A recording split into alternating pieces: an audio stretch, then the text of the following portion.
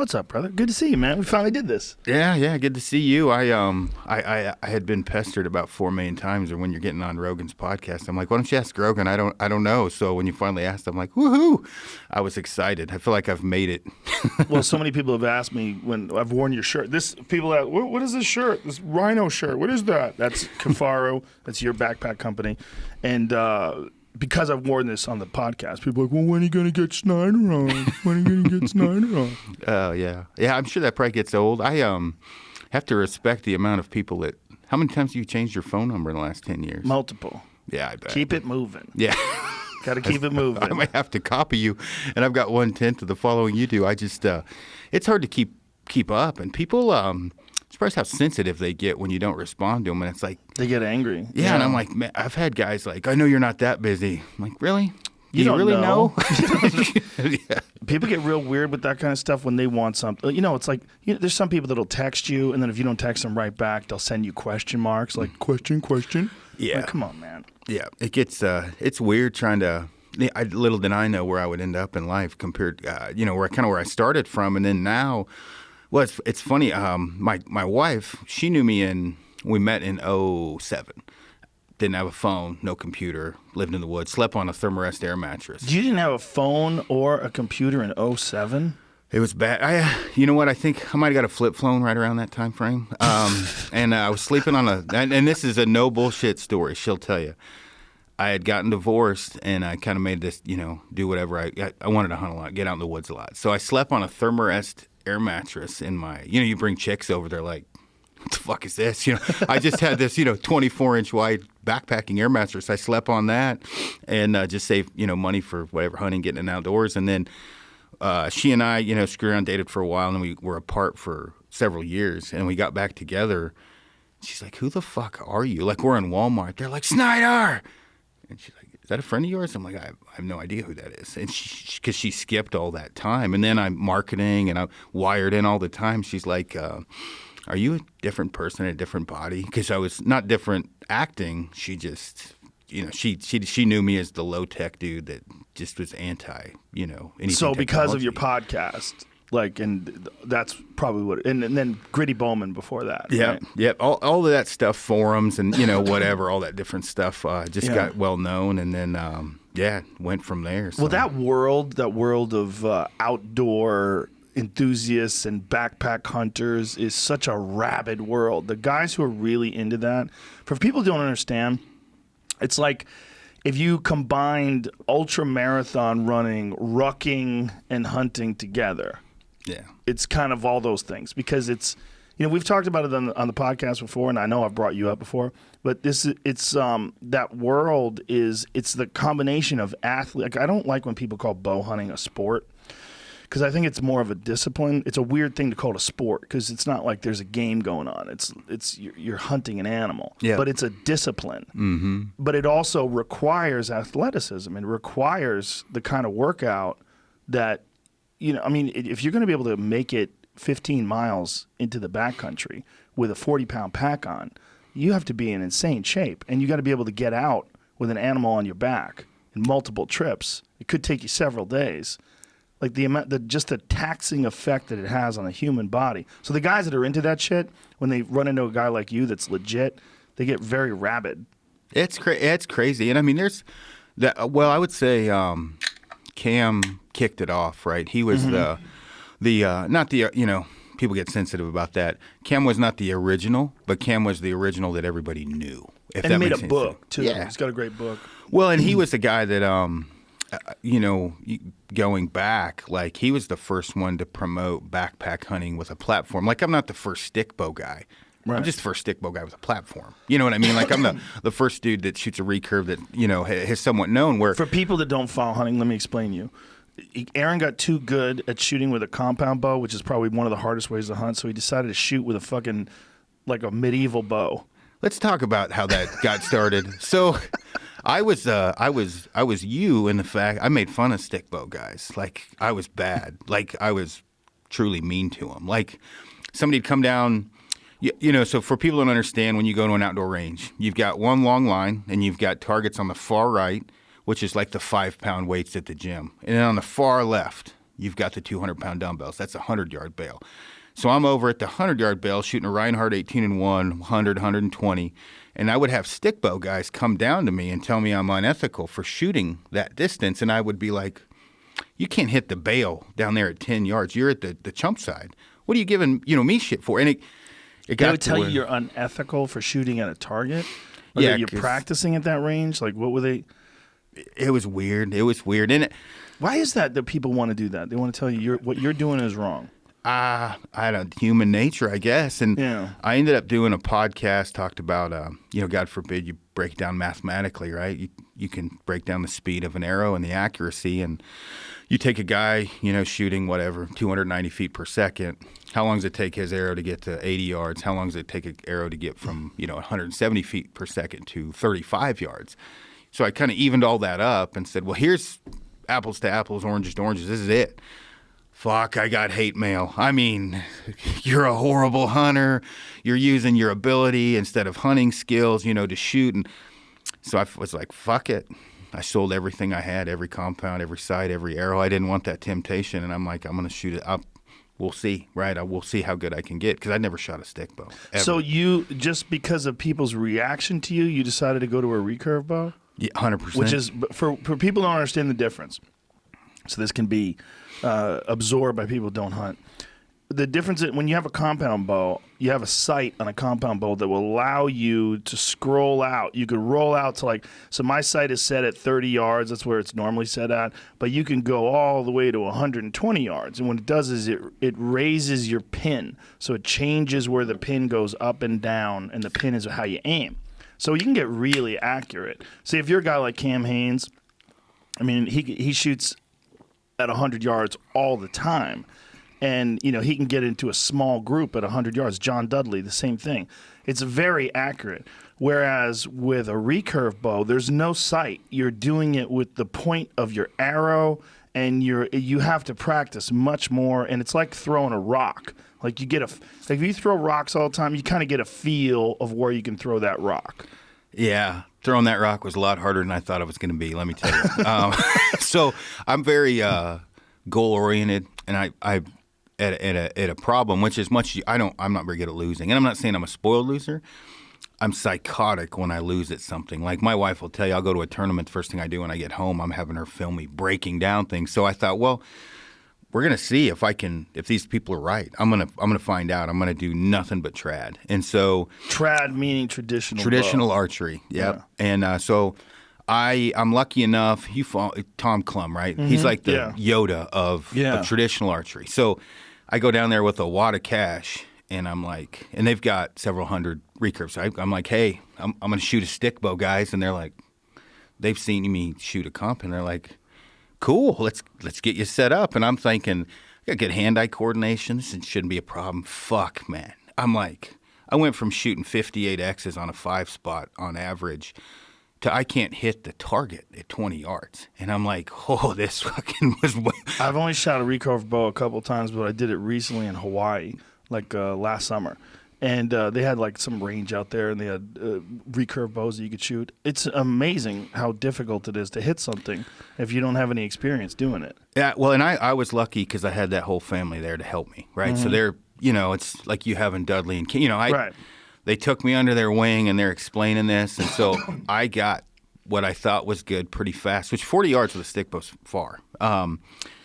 But I hadn't hunted yet, and so then I go out, and I don't know if you remember, I shot that black bear. And, I'm within 40 yards of it for 20 minutes, and in my mind, you would be so dead if I had my compound. I just couldn't get a shot, and I finally squeaked it in, missed it at 18 yards, and I'm like, Jesus Christ, Snyder, what the fuck? So luckily, and Tom had told me this, he said, you're going to get 2 or 3 shots in an animal. They don't hear the bow. And they don't. Landed by its feet. It kind of looked around, and I'm like, oh, I'm not going to miss you again. She got it on the second shot. And I'm like, this isn't, I can get this figured out. Did you have any qualms about hunting with it? How long did it take before you felt ethical enough to hunt with it? Well, I hunted with it in 3 months. Did you feel like that was a smart move, or do you feel like you rushed it? Well, I was psychotic shooting 10 hours a day. like I was shooting constantly. So I think I was fine because I had the coaching, I had the help, and I had the accuracy. I could hit. I mean, I was doing well. To what I had to compare to around me, I was like, okay, this is good. So I didn't feel like I went into it unethical, like I couldn't hit what I was aiming at, but I didn't have experience. And I mean, you look at knowledge and wisdom, right? Knowledge, you're reading about it. Wisdom, you're experiencing it. Well, I thought what I knew from shooting a compound, my hunting skills would be enough. And they were. I ended up shooting, 11, 12 animals that year. But fuck, man, it was like every time I went out, I was learning something new, and I had to totally change my hunting style. When you think about it from a perspective of someone who's a non-hunter, they question why you would want to shoot a bow and arrow in the first place, because they think that would be less ethical than using a rifle. Like if you wanted to shoot something, you should use a rifle. You could kill it quicker. It's better. To go from that to a compound bow, it's like, why are you doing that? And then they realize, like, oh, you can actually be very accurate with a compound bow if you have practice and if you learn how to do it correctly and you're disciplined. But to take it another level and to go to a recurve, like, that's where it gets to, in some people's minds, like, are you hunting for food? Are you hunting for your ego? Like, what are you doing? Like, why are you doing it with a recurve bow? And I think one of the best answers that I've ever heard from anybody is that they said, it is much more difficult, but also much more rewarding. And when you're eating that animal, you have this insane sense of accomplishment that's actually another level past even with a compound bow. Does that make sense? Yeah, and you've explained it better there than I could, and I'm going to give it a whirl. So I went from your side of the things, making fun of everyone, to being addicted to getting close. So now that first year I shot a mule deer at 4 feet in the cliffs. When I drew my bow back, my arrow was between its horns. When I drew up, Frank took photos of it. Oh, that's so crazy. But it was one of those things where now the reward from it, like, that feeling you have when you get it done is because it's much more difficult. Much more difficult. It makes you think about like what it must have been like to be the Native Americans. Tell you what it was like. It's fucking hungry is what it was like. Yeah. I bet. I mean, I have technology on my side, right? And right. I have a lot. Rangefinders. Yeah, binoculars, clothing, right? Yeah. You got everything. And so that year, though, when we were going in on a lot of these animals, I was able to get a couple turkeys and a black bear, and I shot a mule deer. And that mule deer, like I said, when I was in those cliffs, my arrow was between its antlers when I drew back, so I shot it at 3 feet. And That's crazy. It was crazy. And that would have never happened with How a did compound. you sneak up on it like that? Luck and wind. So Frank, he was glassing it, and I circled. It was probably 2.5 miles around, maybe. So you were above it on the cliff? No, we were. When I shot it, I was. So we were across from it, however far we were. I mean, over a mile, and I looped way around, and I told Frank, I said, hey, when you see me, just give me the the touchdown that I'm above it. Man, I stalked the wrong rock twice. I lost my boots. I'm like, what? Because you took your shoes off to sneak in? Yeah, but except I was sneaking in on a fucking rock, right? I wasn't at the right rock, and because to go that far and hit the exact same spot is difficult, because I lost sight of Frank almost the whole way because I couldn't expose myself. So when I looped around, when I would see Frank, he was so far away, and I was so close to the rock that I thought the deer was under. I didn't want to make any crazy movements, and then I would go back the 100 yards, try and find my boots, get my boots back on, loop back around to try to find the spot. So when I finally got to the right spot, Frank stood up a mile away, held his hands up, and I'm like, it's got to be right in front of me. And I caught the top 3 inches of its velvet antlers sticking up. And it was windy, so every gust of wind, which is about every 10, 15 seconds, I took a step. I got to 9 yards, and I grabbed a rock and threw it. And the mule deer, they tell you everything you need to know in the top 4 inches of their antlers. So I'm watching those to see if he moves. Didn't move at all. Nothing. Threw another rock, nothing. Threw another rock, and I'm like... So explain to people, you're throwing a rock to try to get this thing to stand up so you get a shot. To get a shot, So you're throwing a rock just to make noise. Yep, in hopes that he just starts... I get a reaction. Around. Yep. Right. And anyway, he didn't move, and I'm like, I'm going to climb on that rock he's bedded under. And I mean, you can talk about, you couldn't have put a greased flaxseed through my ass with a hammer. I had just started doing this, and this deer is feet from me. And I got my foot on the rock he was on, and I'm like, I hope this, planting off on my right foot to spring up onto this rock. I waited for a gust of wind, so I'm 25 seconds from me to you from this deer. He's got no idea I'm there. That gust of wind hit it, I pushed off, and I was worried the shade, they'll think it's a mountain lion pouncing on him. So I could see the shade of my fat head on the back of his neck. And I'm like, whoa, it's one of the most intense moments of my life, as far as this goes. And so when I went to draw, I had to sweep my arrow right between his horns and drew back and shot him, straight down. And he ran 50 yards and piled up. When you eat that animal, that's got to give you this insane feeling of accomplishment. It is extremely, extremely rewarding. To a point, it's hard to explain in words because you've bested the animal in a lot of ways with sure skill. And I'm not saying that like I'm Billy Badass. I'm just saying like you have snuck into its living room. There's a lot of variables. And you've earned it. Yeah. Because it's... You did it the right way. Because as you know, I've shot a lot of stuff pretty far away with a compound, which I'm not embarrassed of. But, it's just now rather than hanging that badge of honor how well I can shoot, it's also, how well I can hunt. And it's been an uphill road to hoe. I mean, there's been some... How often do you think about, like... I mean, I find myself thinking about that all the time. Like, I'm real lucky that I could buy food in a store because this is not... Even with a regular compound bow, with great binoculars and using a rangefinder and all that jazz, it's not guaranteed that you're going to eat. No, it's not. Do you think about that when you're hunting? Like, this? It must have been insane to be one of the the American Indians on the plains.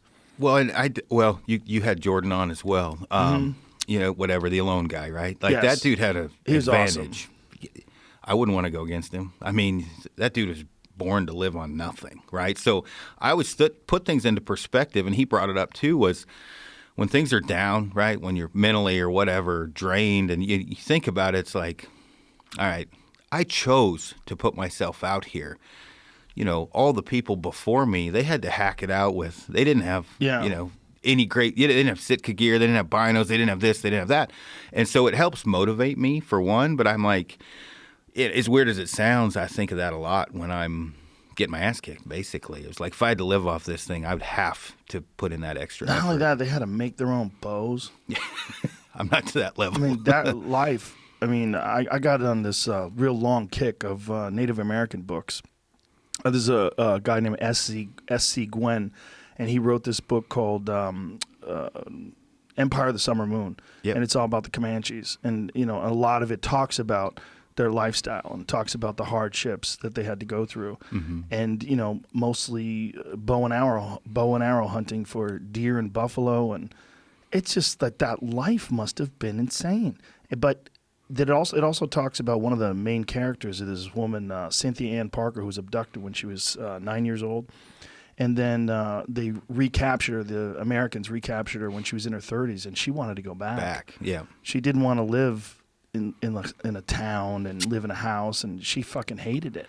Yeah. It's like that life of, even though it's so difficult, that subsistence hunting life, it's so insanely connected. You're so insanely connected to the forest and to the woods, to the animals, to the earth itself. You are, and I think on me, it just, I spent 150, 200 nights a year in the wilderness for the last... Yeah, you probably do more than anybody that I know. That's one of the reasons why I wanted to talk to you about this. And because your company, Kifaru, which makes, there's some great backpack companies out there that make like amazing gear, but you guys make, there's no arguing. It's top of the food chain shit.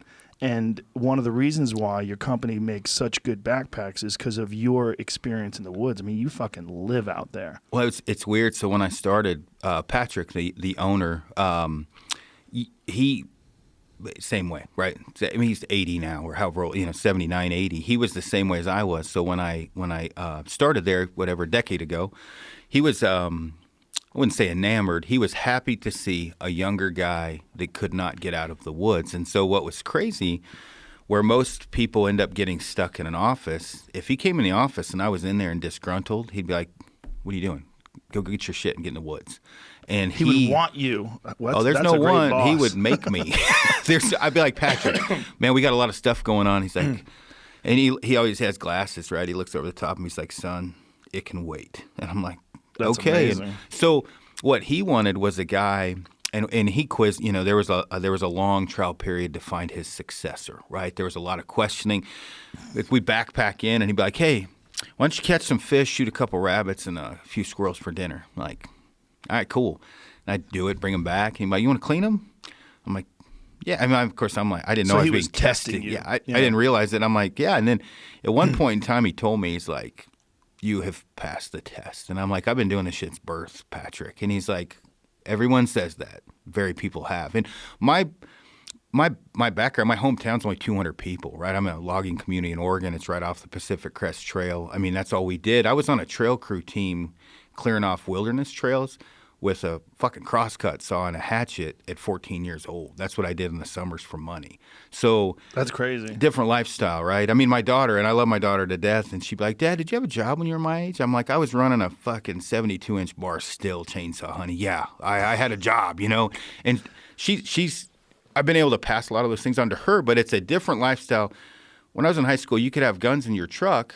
You'd take them into the principal's office. He'd keep them in his office, and then when you got out, you'd go deer hunting. When you know, and I'm not that much younger than you, but a little bit. I've heard those days. Those days are gone. So, you know, it was something, skipping school. We'd skip school to hunt. Yeah. Well, you take off opening day. It was like a national holiday almost. It was a big deal. And so, you know, we didn't have any money. I was poor as a kid. So we picked mushrooms, chanterelles, gamakatsus, morels. That's what I did for school clothes. Split firewood. It was a different lifestyle. And so as I've gotten older, you know, all of those things that I learned have carried on to where now I can sustain myself on just about anything. What part of Oregon were you in? Detroit.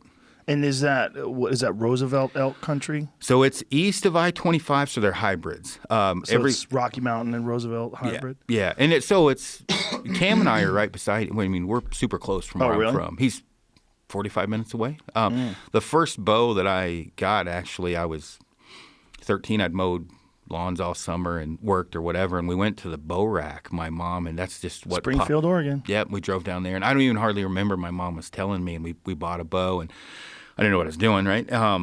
And I would say, like, the way that, you know, at that time I was pissed because we'd go to football camps. I'd have, like, the poor kid stuff and whatever, but it makes you a lot better person, I think, as you get older. Yeah, that feeling when you're poor and you're young, that's irreplaceable.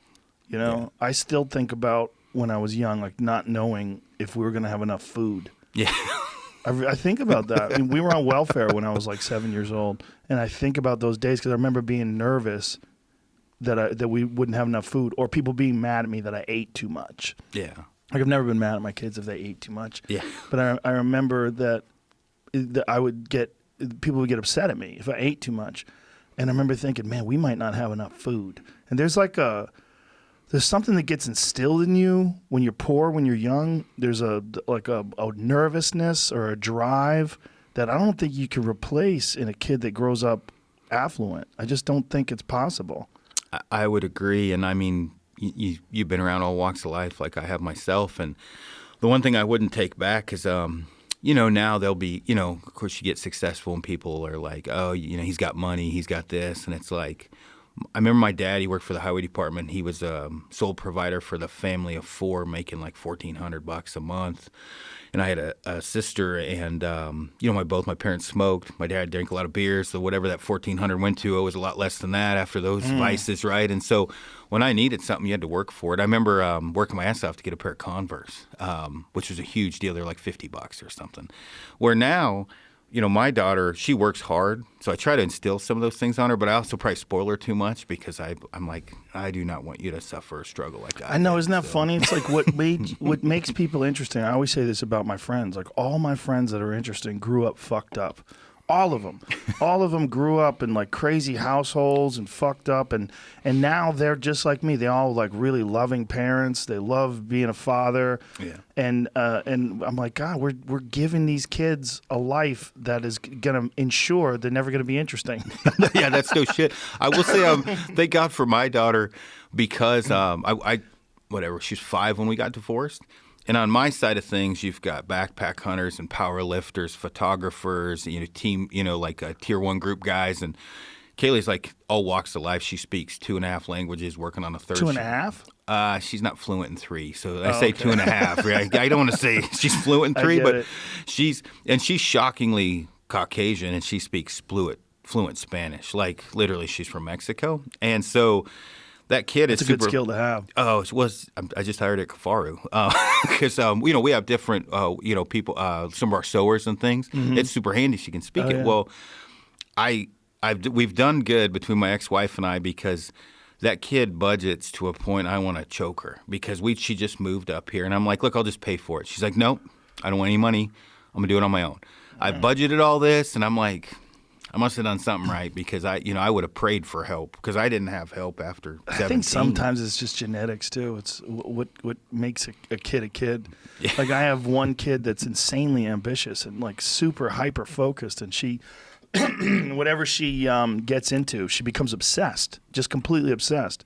And it's not because of want or need. It's just some weird drive. So it's like, I think they call it epigenetics. It's something that's transmitted down from parent to the child, some desire for perfection in things. We should talk about that because that's interesting. I brought up I've never smoked weed in my life. Never, no coke, no heroin, no nothing. And my dad is a huge pothead. Right. I am incapable at losing. I hate losing.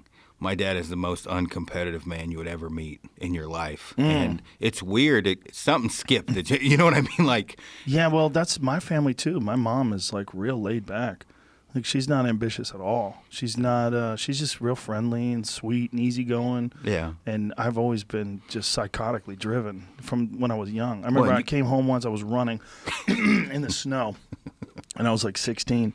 And I had run up, we lived on a hill, and I ran up the hill and then ran up the stairs into the house, and I opened the door, and it's fucking snowing like crazy outside, and she's got a cup of coffee because it's early in the morning. She was like, I don't even know where you came from. And then she just goes into the kitchen and has breakfast. I tell you what, though, it is good. I'm not Father of the Year by any means, but when we do, simple things for your kid to see, like we do backpack cardio, and Kaylee comes, and she can see you're giving it everything you've got. You know what I mean? They see that shit's it's they learn impressionable, I guess. Yeah, hell yeah, they do. Yeah, they say like the best way a guy can be a father to his daughter is to especially like to set them up for the future, is to show them how they should expect to be treated and show them how you treat other people. Like the way you behave around them is like what they're going to learn. Yeah. Like if you're respectful and friendly, like the way you are, that is oftentimes better for them to see than even what you teach them and tell them. Because what you tell them only goes so far, but what they see, when they see you drive or driven, when they see you work hard, when they see you diligent and respectful and friendly, that's what really like sinks in. Yeah, it's worked good. So I crossed my fingers. She's 19, so I mean, I wouldn't change anything. Where I was a little fuckhead when I was a kid, I was bad. Yeah, I was a fuckhead. I was a fuckhead for sure. We were talking, where I'm from, while we were bouncing around in rabbit holes. There's a lake I live on. It's like 9 miles long, and you're a product of what you're surrounded by. So, my dad and his friends, did not like tourists, right? So we would cut boats loose and push them out in the lake for all the people camping. Oh, my God. Yeah, it's old enough now I can't get in trouble, right? Your dad was teaching you how to do that? He didn't teach that. He was just constantly complaining about tourists, right? So then we would wreak havoc and then go Yogi Berra, get camoed up, go steal everybody's beer in the middle of the night. Why did he not like tourists? What was it? I don't... California was probably the worst one, right? I mean, freeing from Oregon, if you're from Idaho, you bitch about people from Washington. Right.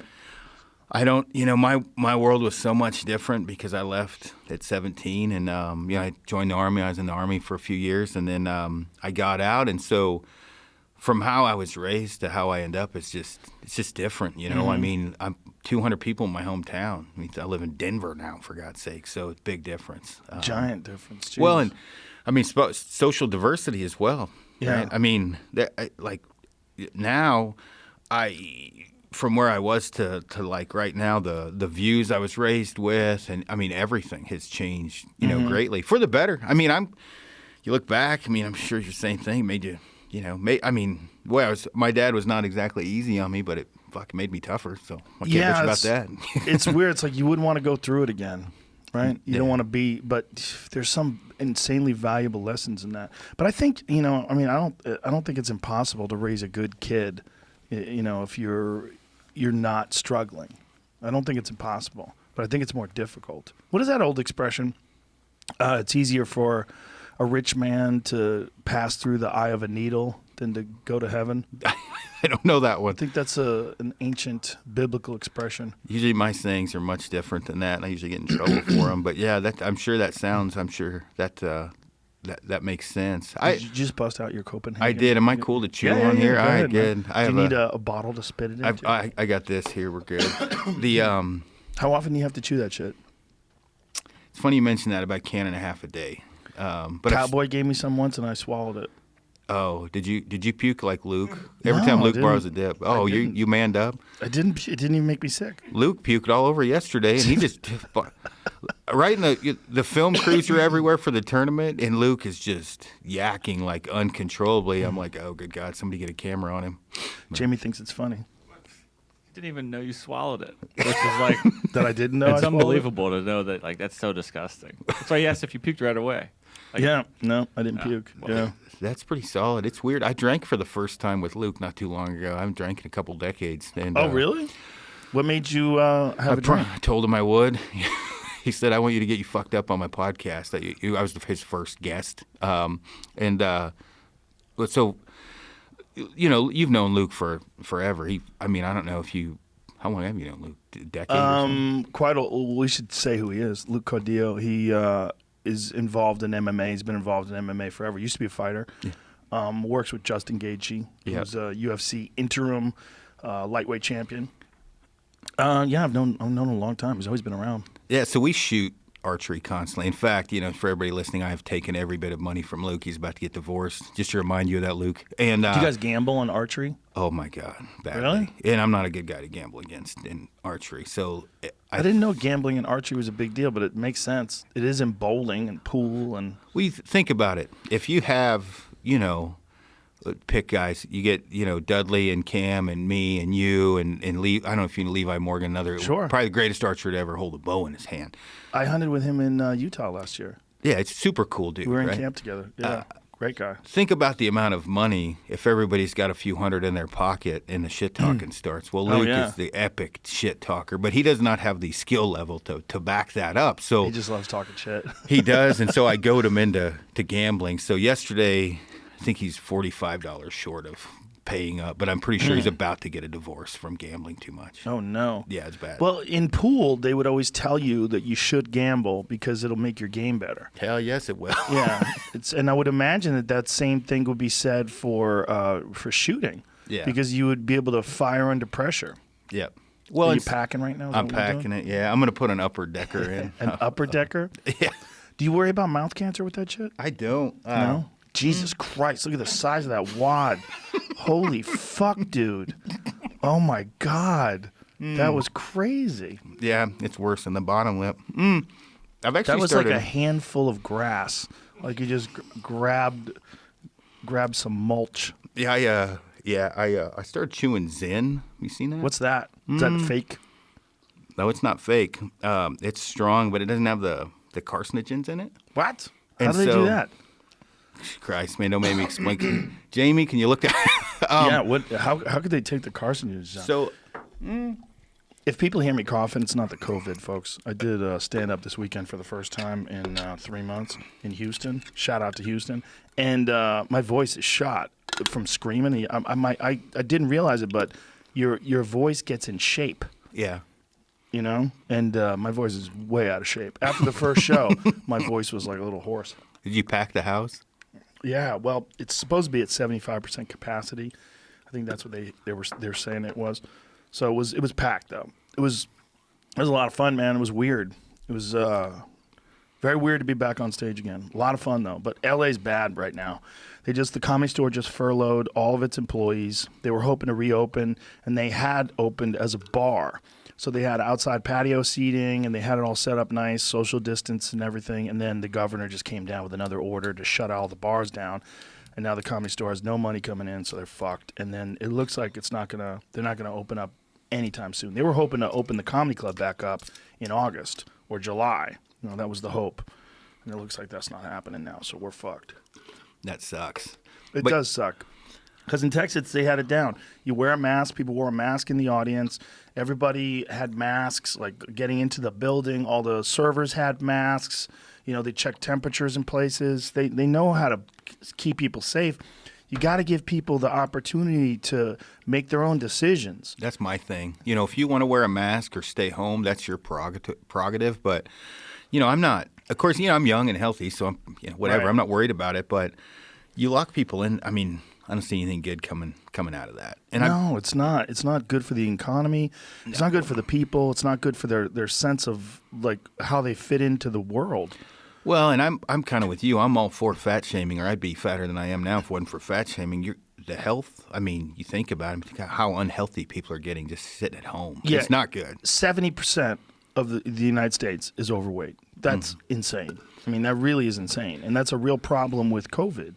They say that one of the major factors in COVID is obesity. It's Obesity. a huge factor. Yeah, which is, you know, in general or whatever, it's pretty, I get a kick out of how we're pretty soft, you know, as Americans. I mean, especially if you get third world countries and you look at, like, people are happy they don't have to go to work. And I'm like, I know. good God. Like, Well, a lot of people are actually making more money from unemployment than they would be if they went back to work, especially like waiters and stuff like that, because you're dealing with a much smaller amount of people in the restaurants and businesses, because they're even in like Texas, even though the restaurants were open, I think they were at 75% capacity, and then they just rolled it back to 50%. So if you're working as a waiter or waitress, you know, you're going to make less money. So for some folks, it's actually better for them to say, oh, I don't want to do it. I'm just keep collecting unemployment. And you actually make more money that way. I've talked to a bunch of people that have said that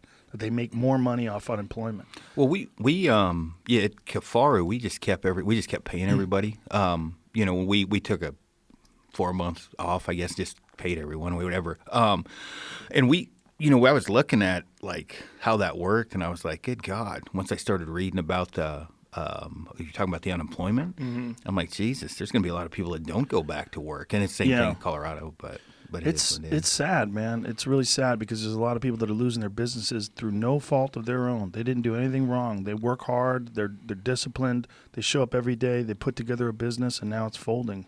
It's going under, and it might be happening to the Comedy Store. I mean, they don't know what they're going to do. And I heard the Laugh Factory is about to go under as well. So the state of comedy in California is in a real bad place right now. Real bad. Yeah, that sucks. And I don't want to dive into this too much, but it's fucked up. It seems way blown out of proportion, and I'm not a conspiracy theorist, but how many people do you know that are sick personally? I know one guy who almost died. Yeah.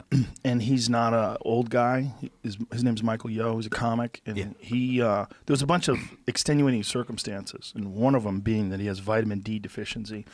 Another one being that he flew to New York with very little sleep, worn out, did radio and promotion, did TV shows, then did 2 shows at a comedy club, 2 shows the next night, flew back home, again, very little sleep, got in his car with his family, drove to Vegas to be with his wife's family, and then drove back home on the same day. So that's at least 8 hours in the car just driving. And then he had auditions the next 2 days, and he just was wiped out. He was burning the candle at both ends. Yeah. And he got real sick. Sick. Yeah, immune system was just crushed. Yeah, but you shouldn't do that. All those things, that's too much. You know, it's just poor planning. And then, you know, on top of that, I think he was run down already. Like he might have had a little bit of a cold already. So it kicked in, and it was bad. I mean, he was hospitalized for over a week. And his doctor actually told him they were, you know, thinking about putting him on a ventilator. And his doctor said, if we put you on a ventilator, you'll probably die. And it turns out his doctor was a wise man, because somewhere around 80% of the people they put on ventilators in New York City died. Yeah, I heard that. That's crazy. The doctor was saying that if you put the guy, if you put him on a ventilator, his body would stop working. It's like if I give your body this machine that starts working for it and your body stops working, there's no guarantee it's going to start working again. It's going to breathe on its own again. Right. Scary fucking shit, man.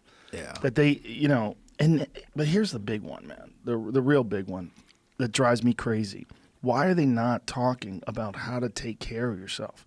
Instead of all this fear of you got to wear a mask and you got to social distance and all that stuff's great. Yeah, you should do that. You should wear a mask. You should social distance. But you know what you should also do? Drink a lot of water. You should also get sleep. You should also stop eating sugar. Yeah. You should also take vitamins, supplement your diet, try to get some sunshine. Do all the things that you need to do for health. Get exercise. Yeah. Increase your cardiovascular capacity. It's a giant factor in whether or not you recover from this disease or how quickly you recover. No, my buddy John called and he was like going on a tirade about exact same thing you're talking about. He's you might know him. He's PRS. He's a shooter, long range shooter. He is a super fit guy, lawn mow. Normal dude, right? He owns a lawn mowing deal. Anyway, but he's one of the better shooters in the United States or North America. Long range rifle shooting? Yeah. He's a crazy kid. I would not want him shooting at me at 1,000 yards. And he, his thing is why the fuck aren't we giving people dieting advice? Why aren't we telling people rather than having all these announcements? It's like, hey, we're losing so much money. Like, let's start focusing people as dietitians. Yes. Let's get people on a health food kick. Let them how many people? And you pick 100 people, 99 probably understand how to eat healthy. Right. Not their fault, right? I didn't know till later on. Yeah. So I agree. And I mean, on my end, I'm super lucky. We live at 10,000 feet. I have my wife drop me off the bottom of the mountain, so I have to hike home to get dinner, right? You want a way to get healthy, you fucking don't get to eat. So she drops me off at the bottom of the mountain, and I go to the top. She cooks all organic. And I talk to some of these people that have other issues, and they're worried about COVID, and I'm like, you're worried about fucking COVID, right? You've got 100 other problems other than COVID, right? You're like diabetic and a bunch of other shit. And it's amazing, not to get on the diet thing, but America's pretty bad as far as that goes. We should put some money into that. Our health system is all about fixing you once you're broken. It's not about preventing you from being broken. Everything is about our healthcare system is all about care once you're injured or care once you're sick. It's very little is about preventative nutrition and making sure you take care of your body and education. I mean, our governor, our mayors, all these people are doing is just talking about wearing masks, talking about staying home, flattening the curve, making sure all this shit they're talking that no advice at all about taking care of yourself, no advice at all on meditation, no advice at all on eating healthy and exercise. Yeah. It's sad. I say that as I just jammed a giant wad of chewing, so I'm a bit How bit of bad a is that for hypocrite. you, though? I mean, if you... I mean, as far as like... What is it doing? It gives you a little jolt, right? Yeah. Well, for me, obviously, the worst thing's obviously cancer, right? I mean, that's bad. But other than that, I mean, there's not... How many people get cancer from that shit? Is it real common? Man, I'd have to look that up. I don't know. What's that there? Neurogum. This is You're going to mints, get me actually. other kind of shit I'm addicted to. This is good stuff, man. It's nootropics in mint form. You've already got me addicted to all that shit on it. You know what? The first time I took Alpha Brain, now that we're just diving down all the time, I had the most crazy-ass dreams, which I knew that shit worked because I don't dream. And but either way, I mean, as far as the Copenhagen, my buddy was addicted to cocaine in Copenhagen. He tried to quit both. He's still chewing Copenhagen. So to give you an idea, it's not easy to quit. But that Zyn, what we were talking about, it is just nicotine in it. And it's Z-I-N? Is that how you say it? Z-Y-N. Z-Y-N? And this is the first time in my life I think I'm going to be able to quit. So I went from a can and a half a day to about a can every 4 days. There it is. Our Zyn nicotine pouch is safe. Recently, a novel non-tobacco nicotine product, Zyn, has been developed. It is similar to snus. I never knew how to say Snooze. that. Okay, thank you. I think. However, it contains no nitrosamines. Is that the word? Nitrosamines or polycyclic hydrocarbons, which may potentially be carcinogenic. The overall safety of Zyn is better than snus. However, it only has a little bit less nicotine than snus. Okay, what does that mean? I don't know. What did they just say? Don't read anything bad. You're going to take away my birthday here. So it's a pouch, so you Yeah, don't have it's like a to pouch. pack a wad of mulch and stuff it into your face. Yeah. It's a little more professional, And it just I guess. gives you a jolt. I tell you what, I put 2 of them in the first time, and I got dizzy as shit. So it's got some strong. I mean, because they said it's 100 cigarettes in a can of chew. Really? Equal of Copenhagen. Oh my God! And so, really? oh man, and 100 cigarettes worth of nicotine? That's what they say. Yeah. So how many cigarettes worth was that giant wad that you stuffed in your face? Yeah, I don't know. I'm sure I'm gonna get some hate mail from this. I'm talking about being fat and unhealthy, and I'm chewing Copenhagen. But What's a stimulant? yeah. And well, the other thing, the physical addiction. That's the problem with Zen. You don't spit, right? And you get used to that. I mean, So you been just hold it chewing in your forever. mouth. Well, You swallow it? I do. It tastes good. Maybe that's why I got so dizzy. I got like a citrus one or whatever, but I just it's the first time in my life where I've been like, yeah, honey, I think I might be able to quit. One of the stunt guys I used to work with on Fear Factor used to swallow his chew, and he told me that he used to swallow the spit, and he told me he learned how to do that on sets because you couldn't just carry a bottle around and spit into it or spit into a cup. Yeah. So he just would swallow the juice, and I thought it was so fucking disgusting. It is a disgusting habit. It's pretty bad. So, but yeah, I don't know. Whatever. We'll see. I guess in 3 months, if I text you and be like, "Hey, I quit." Do you drink a lot of coffee too? No, I mean I drink a decent amount of coffee. I mean I'm a caffeine. I get migraines, so I'm 500 milligrams a day. I Really? pretty much map it out. Yeah. So you take caffeine to avoid migraines?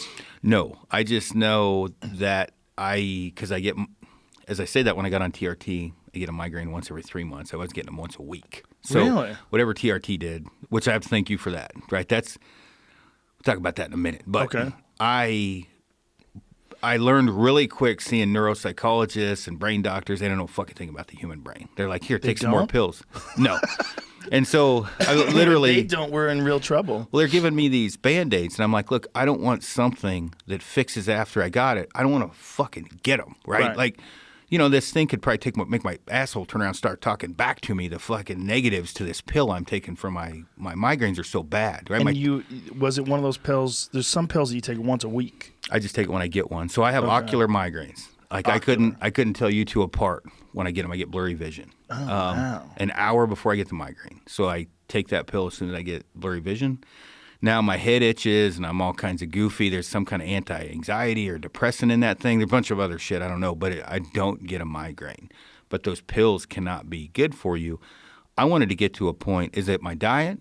All right, is that what's giving me the migraine? Is it caffeine? Because there was a time I didn't take any caffeine. So I map out everything and I kept a log of when I got migraines. And so once that's why I know exactly. Describe what it feels like. I've never had a migraine. What does it feel like? Jamie pounding a fucking nail through my eye socket. Just intense pain. I got And them when so did you bad I first had to start- get a spinal epidural because I was heaving up blood because I was convulsing basically. What?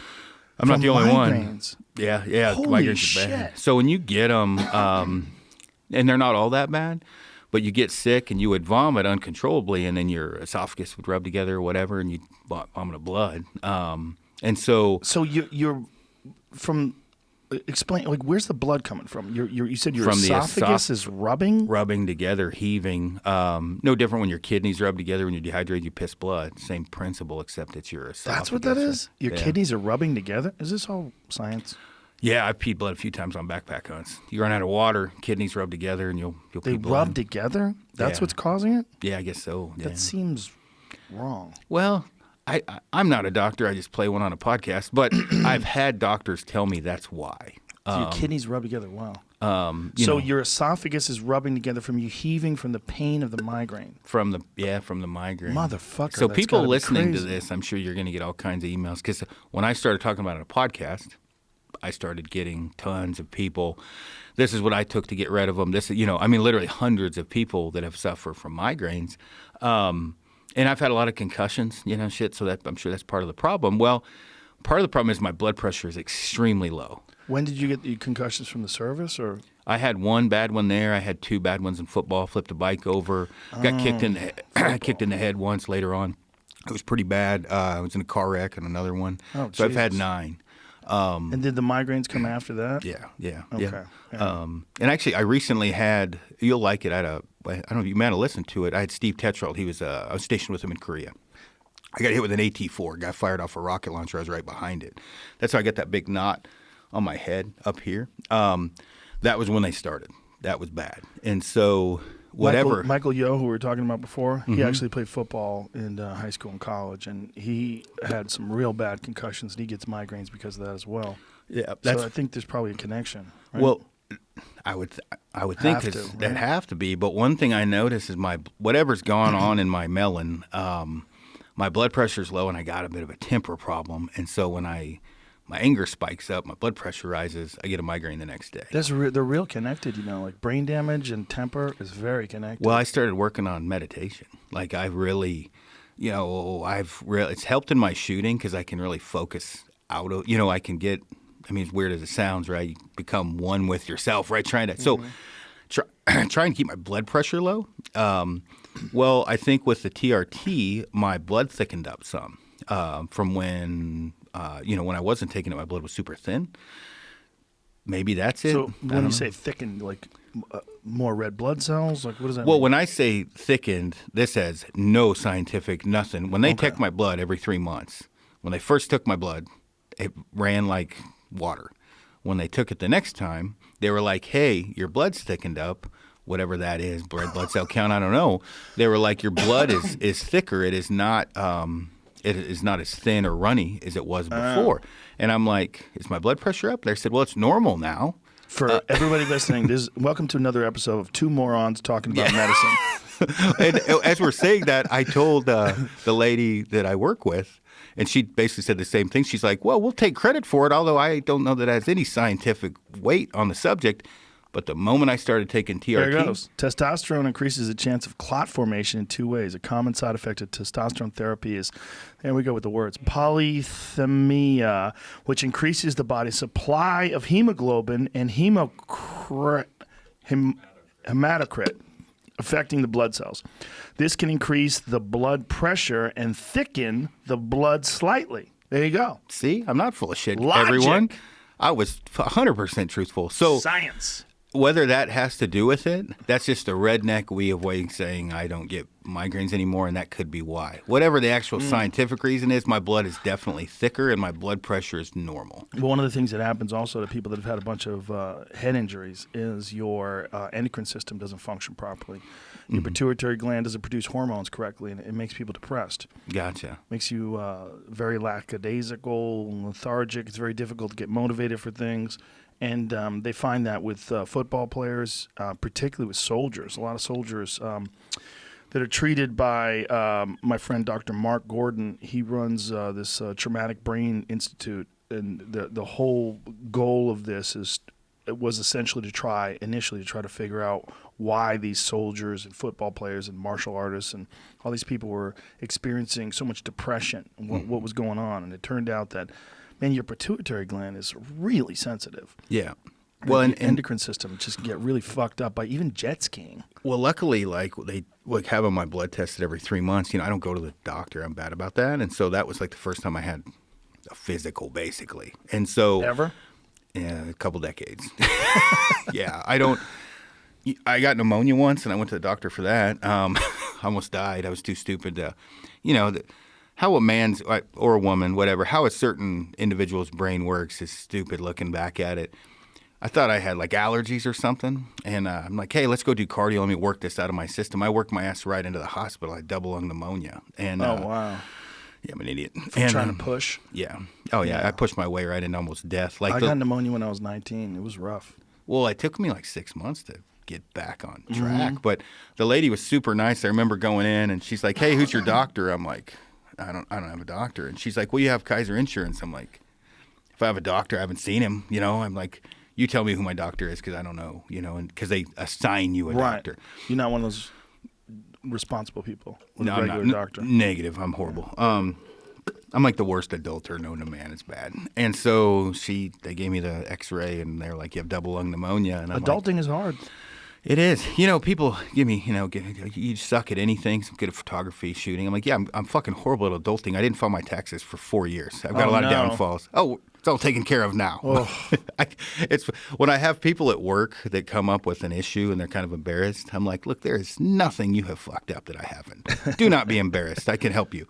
Because I focus on so many other things like that just get pushed to the wayside. Do you find that because of all the time you spend in the woods that it's kind of difficult to concentrate on all that silly shit? Because it's when you're out in that primal environment, like there's something about it that makes all that other stuff seem meaningless. You don't want to focus on it. Because when you live in a society where it's important and I'm not good at it, it's horrible. I talk about it all the time at work. I mean, I hire people really smart around me because I'm just not, we could be sitting there in a meeting. I shouldn't even say this out loud, which is an extremely important meeting. And I'm sitting here and thinking what my gear list is and how much my caloric intake will be on a 5-day backpack hunt. Wow, it's like normal, though. If you're spending 50% of your time literally sleeping under the stars. Because we'll get done with a meeting. I'm like, all right, who took notes? I am now have gotten better at just telling people ahead of time, like, hey, you're going to talk with me. We're going to do our initial bullshit session. You're not going to want to deal with me after this because I'm going to let you down. I'm too busy. You're going to deal with Frank or Dana or Anders or whoever that works for me. You're going to deal with them. Don't expect me to come through because my mind's on too much other stuff. And I've had to get a lot better at that because I just don't function well on stuff like that. Yeah, and but admittedly I think so. one of the reasons why the company's so good and you guys make such good backpacks is because there's real, like, it's hard to put it down in the real world. It's not like accounting or bookkeeping and like where, we have to do the work here, but doing the work of actually sleeping under the stars, actually camping, actually hunting and hiking, that's invaluable, man. There's been a few heated arguments over that where they've given me crap about paperwork, and I'm like, totally, I get it. I'm going to get better at paperwork, but your ass is coming with me on a 10-day backpack hunt, and you're not fucking slacking, and you're getting water, and you're building fires, and you're spotting animals. And when we get done with that, if you're as good at that as I am, then I'm going to get better at paperwork. But until that fucking day right now, what we're good at is making badass gear for the backcountry. That's why I hired you. Yeah, it's got to work together, right? Yeah. Like you've got to be able to do that, and they've got to be able to do the shit that you can't do. Yeah, and we have a tight-knit group now, which is great. Like everybody knows their role, and we're all supportive of each other. But there's times where I got to kind of stop and really take a gut check where I'm like, man, I have so solely focused my life on living and not dying, like hunting and staying alive, to where.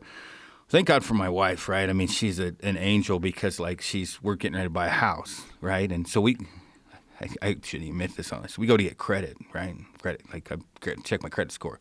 When would you say is the last time I had credit? I don't know. When was the last time you had credit? What would you take a guess of a normal human? 4 years ago?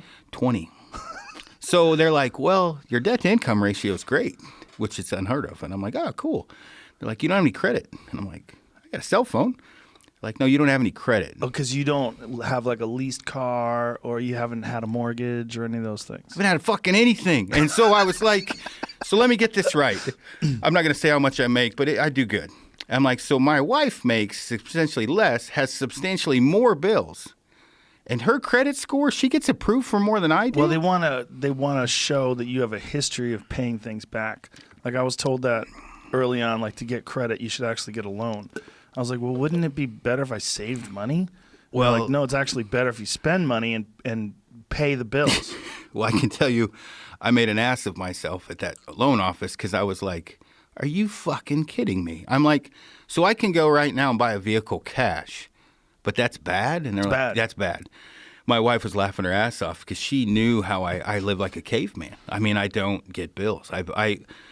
I save and I buy. I bought a Tundra. I paid cash for it. But shouldn't that be healthy? I thought it was. That seems like it's fiscally prudent. Right? Well, you are wrong, Joe. Because I was like, so we had to go. It's fun. So I go to, believe it or not, I go to Discount Tire. I got approved for $1,200, which is insane for what I make.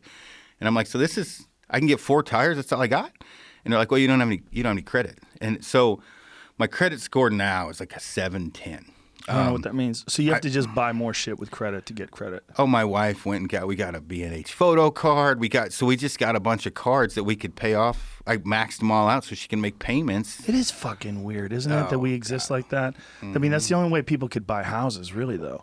I mean, if you're making $100,000 a year and you want to buy a $600,000 house, that's not even possible. You'd have to, by the time you're done saving, the house would be worth more than that anyway. Well, my wife gets a kick out of it because she knows how, obviously she's super close to me, and so she knows how my brain functions, and I'm like, why don't people just work harder and go do some side jobs, just figure shit out? Well, she's like, yeah, no, people don't do that, honey. You're weird. They put it on credit. And I'm like, well, I'll go put somebody's shower door in. I'll figure it out. Well, living your life that way for 20 years is not good. Well, a lot of people are finding that out because of this pandemic, that living like that with credit and having high bills and paying those bills off. And that's what a lot of companies did because they thought it was the right way to do it. Yeah. And those companies are fucked right now Yeah. because they've had no income coming in at all for 3 or 4 months, and it's going to implode. My buddy Andrew Schultz said it best. He said, this pandemic has exposed weaknesses both in people's healths and in businesses' financial health. It's exposed the flaws in the way they operate. No, it was an eye-opener for me, and this isn't like something to be proud of that I haven't been good at adulting for 20 years, but I literally was like, oh, if I want a set of binoculars, I'll just save up and buy binoculars. How many people contacted you to talk to you about hunting, though, once shit started getting weird? An awkward level, and not just hunting, sustainment. Because can I'm trying to name drop a Barklow. Yeah, so John Barklow. John Barklow works with Sitka Gear, and he and I are. If he wasn't my brother, you would have never known. Same mentality, same thought process, same ideas on gear. And I love that guy. He's great. We just did a podcast. He's like, "Are you sure this isn't going to piss anybody off?" I'm like, "Fuck it, they need to hear it, right?" And so, what were you pissing people off with? The reality of how life works, living in the woods, and the people that fake it, basically. Like, you know how many people, you stay out there 3 days and all of a sudden they're experts, right? Yeah. The reality Take a lot of photos. Yeah. The reality of living, being able to survive and be happy, and then what you read and everything else, basically just, talking about that. So so everybody grab toilet paper, right?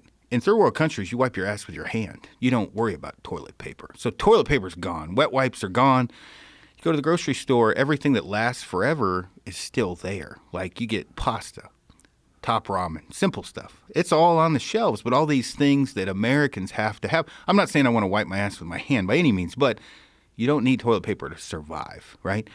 You need clean water, right? You need food. Body will last quite some time, 3 or 4 weeks without food. With water, it's a couple days. And so I'm looking at all these things leaving, and I have I'm not like a prepper by any means, but we've got crap to house. And I was, so this came story time for my wife where I'm explaining to her what would happen if everything kind of shit hits the fan and what's going to happen. And Americans are so weird with the way that we think. And so I had tons of people from what kind of gun, what kind of survival stuff, fire starter, what kind of stove. So, isobutane stoves, the canister stoves, that's the end thing. Everybody uses those. But a multi-fuel stove, when the world ends, the zombies are coming. A multi-fuel stove burns kerosene, diesel, gas, white gas, burns everything. No one uses those anymore. They're a little bit heavier. But things like that multi-fuel stove, everyone should have one of those because you can, no matter where you go, you're going to have some type of fuel to burn in that thing. So we talked a lot about that on the podcast. That was a lot of the questions I got was, sustainment, basically. So, I mean, it's a weird world we live in, but I definitely live probably in a weirder one in some ways. Yeah, I mean, everybody wanted to know how to get a gun. Everybody wanted to know how hard is it to go hunting for the first time. Those are the questions that I got a lot. Like, how do you get a gun was a big one, and there was lines outside the L.A. gun stores. It was really crazy to see. Well, my wife was worried about it. I'm like, honey, don't worry. I'm going to take theirs. Like, don't worry. They don't know how to use it. We're good. So, if somebody comes trying to get your stuff. Oh, well, with a local game warden, we text back and forth. He was like, dude, you would not believe how many people are like, I'm just going to go wait it out. Drove their asses into the mountains and set up some Walmart tent. And then a snowstorm hit. Like, this isn't a story. He's like, dude, we're pulling people out like crazy. They were doing this in March? Yeah. In Colorado. Yeah. So oh, Jesus. He was laughing. He's like, dude, you would not believe the amount of people that were like, I'm going to go wait this thing out in the woods. And it's like, you're camping beside the road. You're not really waiting anything out. So people don't even understand. Once you just one night by yourself out there, and you would have a totally different understanding of like what it actually means to exist in the wilderness without assistance. And it's very scary. We're so accustomed to life with assistance, whether it's buildings or electricity or air conditioning and refrigeration and all the different things that we use, supermarkets. We're just so doughy. Oh yeah, well, so soft. What's the longest you've gone without talking to somebody? Not very long. Jamie? Maybe a day.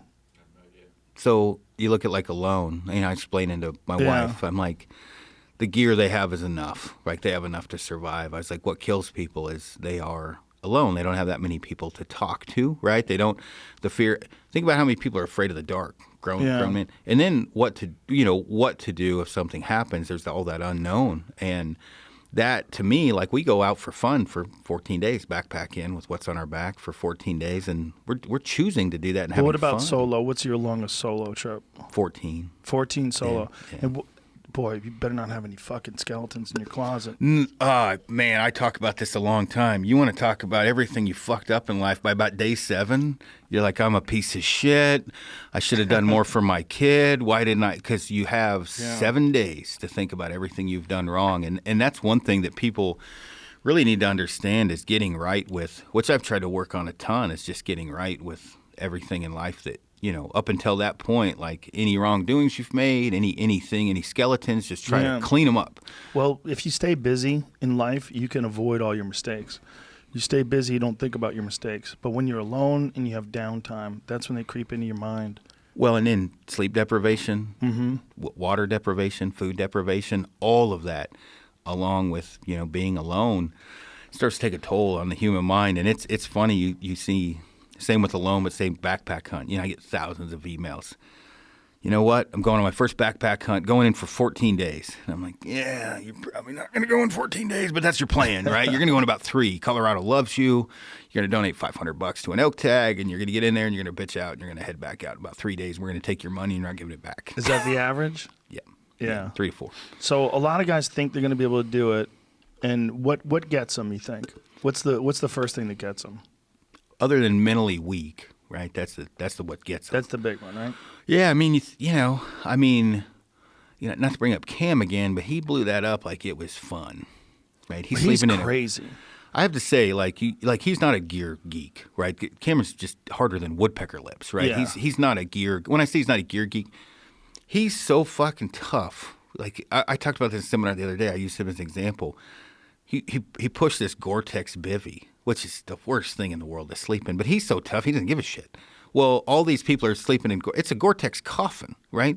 You can hardly punch your clown in that fucking thing, let alone have fun in it. And so when weather comes in, you're in this Gore-Tex coffin. You can't do anything. Your gear. So Gore-Tex bivvy is just basically like a sleeping bag that's made out of Gore-Tex. Waterproof material. And you just sleep in it, and it probably has no breathability or very little. Very little. I mean, it has some, but you get condensation in your foot box, and then if you use down, your foot box is wet. Once the down's wet, it's flat. It's no good. It's a contractor's bag, right? Pretty much, yeah. And I mean, they make some that are decent, but I would laugh so hard when Cam was coming up and people are reading all this stuff, and I'm like, yeah, you're not fucking Cam, right? Like, you can think you want to be, and when you hike in, usually, if you're coming from back east, right? You forums and all Facebook, whatever, all the shit you just forget, and you're packing way too much shit, right? Like gear list wise, which I can go over in a minute, but you're packing probably 30 pounds of shit you don't need. Right. And so then you're smoked going in, and you've watched way too much Primos videos, and you think the elk are just coming screaming in on it, and that fucking doesn't happen, and then you don't see them, and then my knees hurt, right? Or, I got to get back to my business. All the excuses come up, and you can come up with some shit, right? I've heard some amazing excuses for coming out. The reality is you're just not tough enough. And I'm not saying that like, me or Cam or Frank or whoever's tougher. But the reality is if you were mentally tough and you really wanted it, you would stay as long as And a lot of that mental toughness comes with experience too, I'd imagine. And it also comes with the experience of forcing your body to do tough things. One of the things that Cam talks about is that he really got into endurance racing to improve his hunting. Yeah. When he first told me that, I thought that was the dumbest thing I'd ever heard. I was like, I don't even get it. Like, you're running to improve your hunt. But then once you do it for a while, you go, oh, okay, I get it. First of all, I had no idea you get that tired hunting, just hiking. Just walking around the woods is fucking exhausting. Yeah. And then when you add a pack, especially if you're living off your back like you do, just the way I do it, where if I'm staying in a lodge or, I've got a tent somewhere, just carrying your stuff that you're hunting with is exhausting. But it's also something about continually and regularly pushing your body and your brain way past the point where you want to quit and doing it so that you're comfortable with being uncomfortable. And most people in everyday life are not comfortable with being uncomfortable. They never really get to that place. If you become friends with pain, you'll never be alone, and that's what you got to look at it like. Yeah. And I'm not trying to blow it out of proportion because it is fun if that's what you're into, but reality, you're looking at 2 to 7 to 8 miles in. And in Colorado, you're at 10 to 12,000 feet. When I think about preparing for those things, besides the shit that Cam does, I think about that fucking machine that you showed me that's an incline treadmill that has barbells on the side that you lift up. Yeah. So you're carrying this thing while you're going up a treadmill. Farmer carries. What is that thing? The Hitmill X. Pull that shit up. So, yeah, we have thing is ridiculous. we have the name for that, which we can cuss on here. So it's called the cocksucker, because I put 45s on either side. The problem with that name is some people like sucking cock, and everybody likes getting their cock sucked. Nobody likes getting on that goddamn thing. When we first got it, so how I got, which actually this leads into Look at that thing. Oh, it's so this thing, you're doing a farmer's carry uphill on a treadmill, and folks, when I tell you, just looking at this thing hurts my feelings. So how I got that, the guy, I have to get one of those. The guy that's, which I guess whatever, we can talk about this. The guy that's actually purchasing Kifaru with me, I took him on a goat hunt. The day before we went on the goat hunt, he had that downstairs, and I'm like, dude, that is like perfect. And he was like, man, get on it. So I got on it with no weight. He had 45s on either side. And I'm like, this is made for backpack hunting, right? Yeah, I would imagine that's probably, other than actually hiking yourself, that's probably one of the best ways you could ever get in shape for that. Well, you think about it, you look at like his little video there. So what I do is I have a 45 to 60 pound pack, and I have two 45-pound dumbbells. And then I'll do 5-minute intervals with just the pack. And then I'll grab the dumbbells and I'll do 5 minutes of shrugs or just holding the weight up with the 45s. Then I go and I put it down to like basically a half mile an hour, and I do a truck pull. And I put my hands, and you're basically just driving forward with your body, not parallel to the ground, but just like if you were pulling a truck with a harness. Mm-hmm. And I do that, and then I do those 3 exercises and intervals for 30 minutes, and I'm pretty fucked up by the time I'm done. That looks like, pull that picture up again, the video of that shit. That looks like one of the hardest things you could do in terms of like something you could do in a gym. If you're carrying that weight, like in the farmer's carrier, and you're going uphill on it's a self-propelled treadmill too, right? Yep. I have one of those outside, one of those air runners. Yep. I fucking love it. Well, you can't break it is what's nice, right? When you have the self-propelled. So. Well, it's just so hard to work on. Yeah. But that thing's amazing. And does it vary the pitch? Can you raise it and lower it? You can't vary the pitch. You can just vary the resistance. So I hit the brake when I'm doing a truck pull. I drop the brake on it. And so you literally... You can vary the resistance of the treadmill itself? Yeah. There's a brake. Oh. Yeah, it's on the left side. Oh, my God. That sounds amazing. Yeah. But one thing about stabilizer muscles, though, I would think that they don't necessarily get the same work.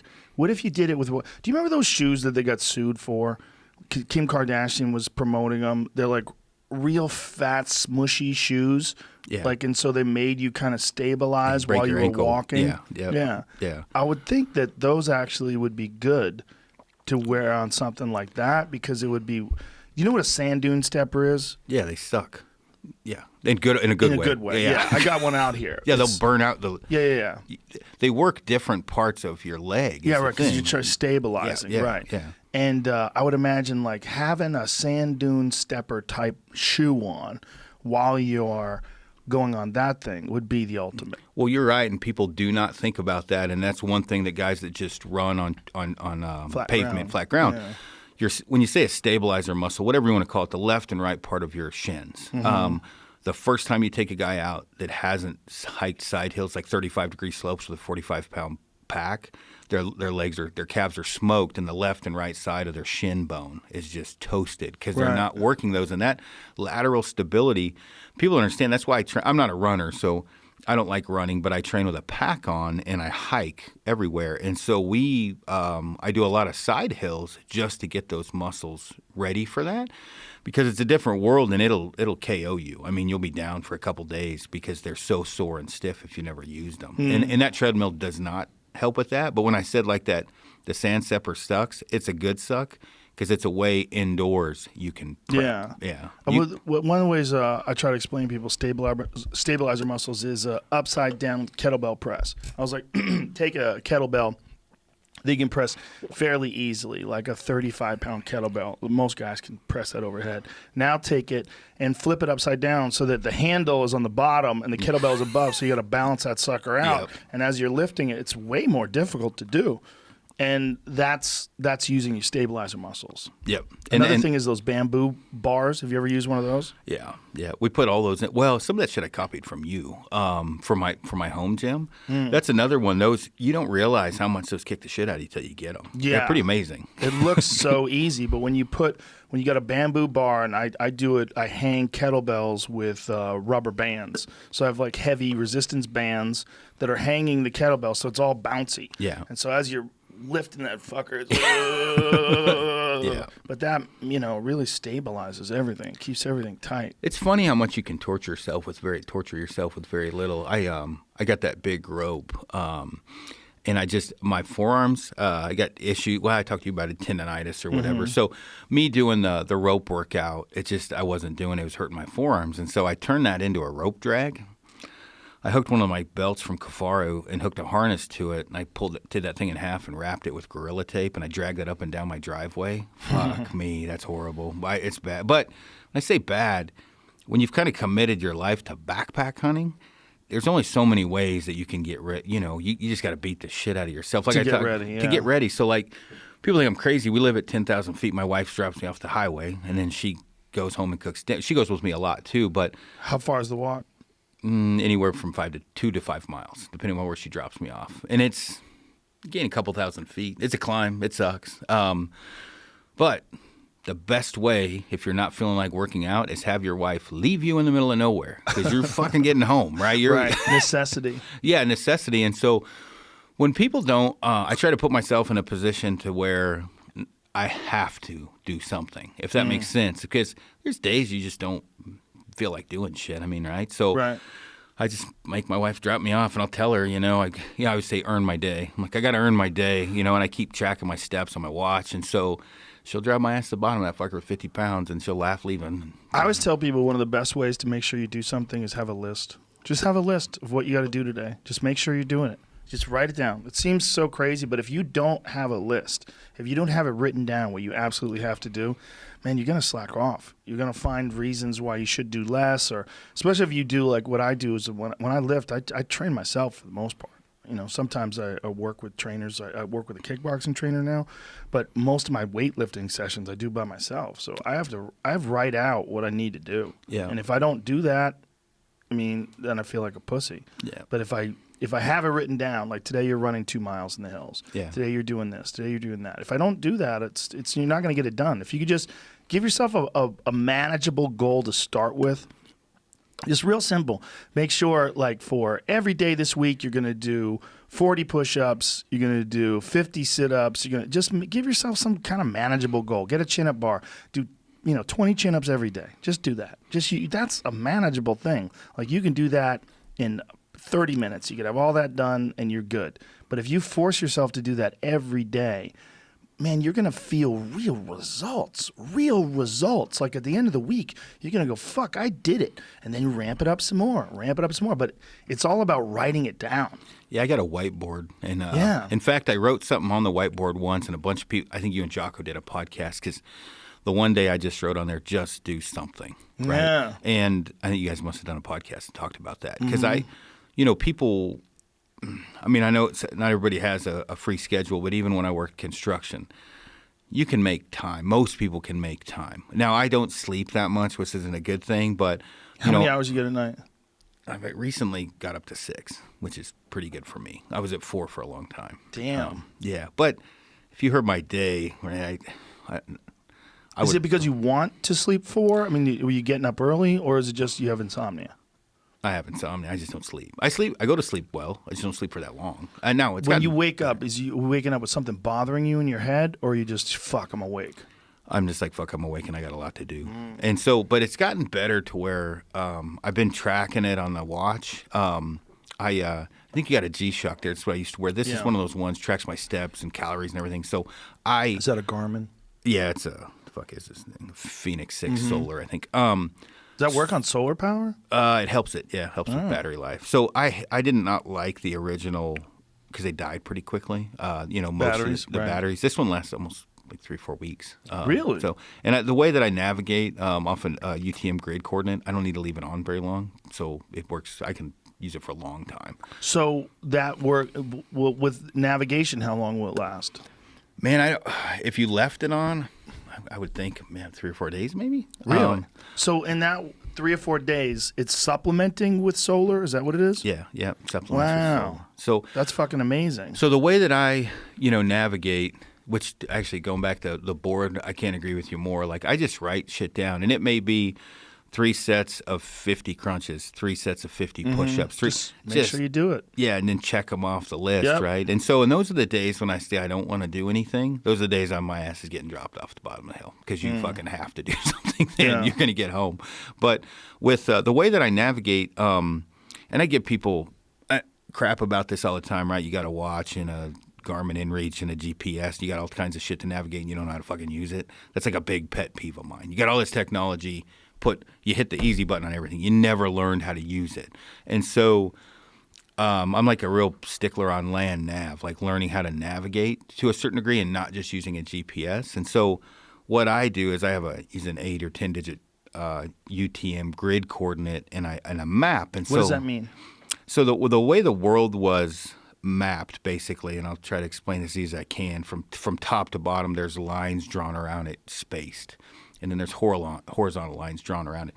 And each one of those is a square. And as you break that down in squares, you end up with a 1,000-meter grid square. This is like a very plain Jane way to explain it. Inside of that grid square, when I turn this on, it tells me inside of that grid square how far I am from left to right and how far I am from bottom to top, so easting and northing. And so inside that 1,000-meter grid square, my pinpoint location is a 10-digit grid coordinate within 3 meters of my location. So anyway, once it gives me that, I can plot out and up to where I am inside that grid square on my map and gives me my exact location. So what it means is if I'm all fucked up and I have no idea where I'm on, I just turn on my watch and it tells me. And then I plot it out on my map. And then if I'm lost... Oh, okay. So it shows you on your watch, and then you just look down at the map to save power. But you actually know how to use a compass and navigate and actually use a map. Yeah, exactly. That's on a lost map, skill. You'll have all these different grid squares. Okay. And so this is for people just listening, he's drawing stuff right now on paper. So if it's 1,000 meters over and 1,000 meters up, 1,000-meter box. Okay. So if I take a line and I'm 700 meters easting or to the right, so I go over 700 meters, and then I'm 300 meters up, I go up 300 meters where those intersect. So then you know where you are on the where map. I'm at. And so what people don't understand, like if you talk about intersection and resection, if you're lost, so let's say, Jamie, you ever been in the woods very much? Sure. So you're out and you don't know where you're at, but you know 2 known points. So meaning you can see a mountain over here and here, and you know what those are, and you have a map. From where you're at, you can shoot an azimuth to the top of this mountain. What's an azimuth? You take your compass, and it's the basically out of the 360 degrees. Mm-hmm. It's the azimuth or the direction of that mountain from where you're at. So you take that, and then you do a back azimuth, and you draw a line from the top of that mountain backwards. So if it's over 180, you subtract. If it's under 180, you add. So you look at it and say, okay, that's northeast, and so then you look behind yourself, and you go, that's southwest. Nope. So if I'm lost, but I don't know where I'm at, but I know this mountain and I know this one, and I shoot this, azimuth with my compass, and I know. So right now, this is 90 degrees, so that's about 45 degrees. So that is under 180, so I add to it. And so 180 plus 45 is what, 225. So now I go to, on my map, the top of this mountain, and I do an azimuth, and that azimuth is going to be 225. From the top mountain is going to cross my exact location. And are you writing this stuff on the map, or are you just looking at it? Yeah, I'll write it on a map, and I go to this mountain, I do the exact same thing, and where those 2 lines cross is my exact location. When you draw on your map, do you use a marker? Do you use a highlighter? Like, how do you do it? I have an erasable pen I keep with me. Okay. Just like it's just a little like a Sharpie erasable pen. And I have a protractor. Anyway, just because this is a course that takes weeks to actually learn how to do it. Is this from the military, these skills? I learned this originally when I was on that trail crew team, and then I learned more and more and more when I was in the military. I went through some land nav schools, and what they do is they drop you off and they give you two 10-digit or 8-digit grids. One's where you're at and one's where you're going, and then you have to plot from. I'm going to lose you here in a minute. And you're like, this is boring as fuck, because it is. But you're going to have two. You have to convert it from basically. There's different norths from where you're at. There's a grid north and a magnetic north. Anyway, before we get really fucking boring here, once you learn how to do that, you're never lost. You can train associate. You can and so I'm a real stickler on using all of those things. So I've taught my wife how to do it. It's not that difficult. Once you get going, as far as so this is something you learned when you were really young, when you were cutting trees. Yeah, 14.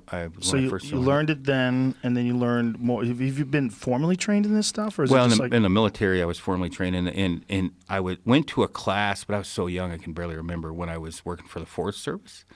And then now I teach courses for this, because the ability to get where you're going is kind of lost now, because you just turn on a GPS or you use Basemap or Onyx or whatever. Right.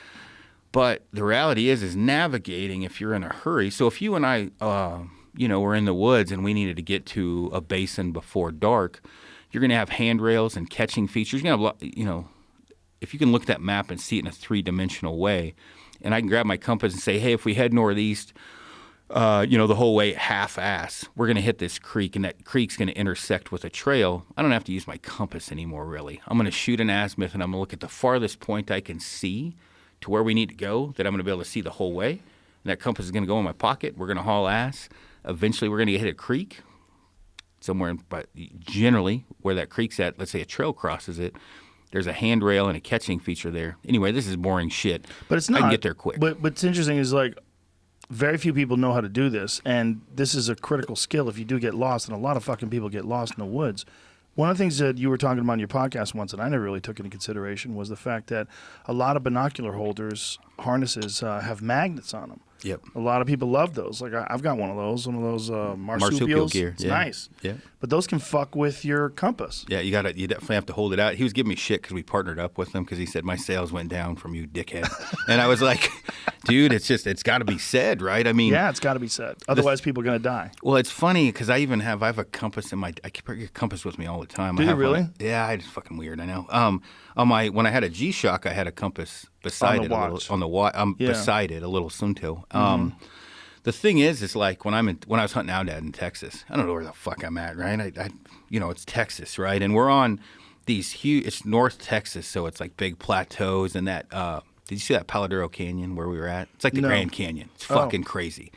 So, where we are, these guys have lived there their entire lives, and they're like, oh, it's northeast of where you're at. I guarantee they know where northeast. They've farmed it their whole lives. Where I'm like, fuck, the fucking sun's not up, the clouds are out. Which way's northeast? Well, there's northeast. So I just have always, carried, always have a compass with me.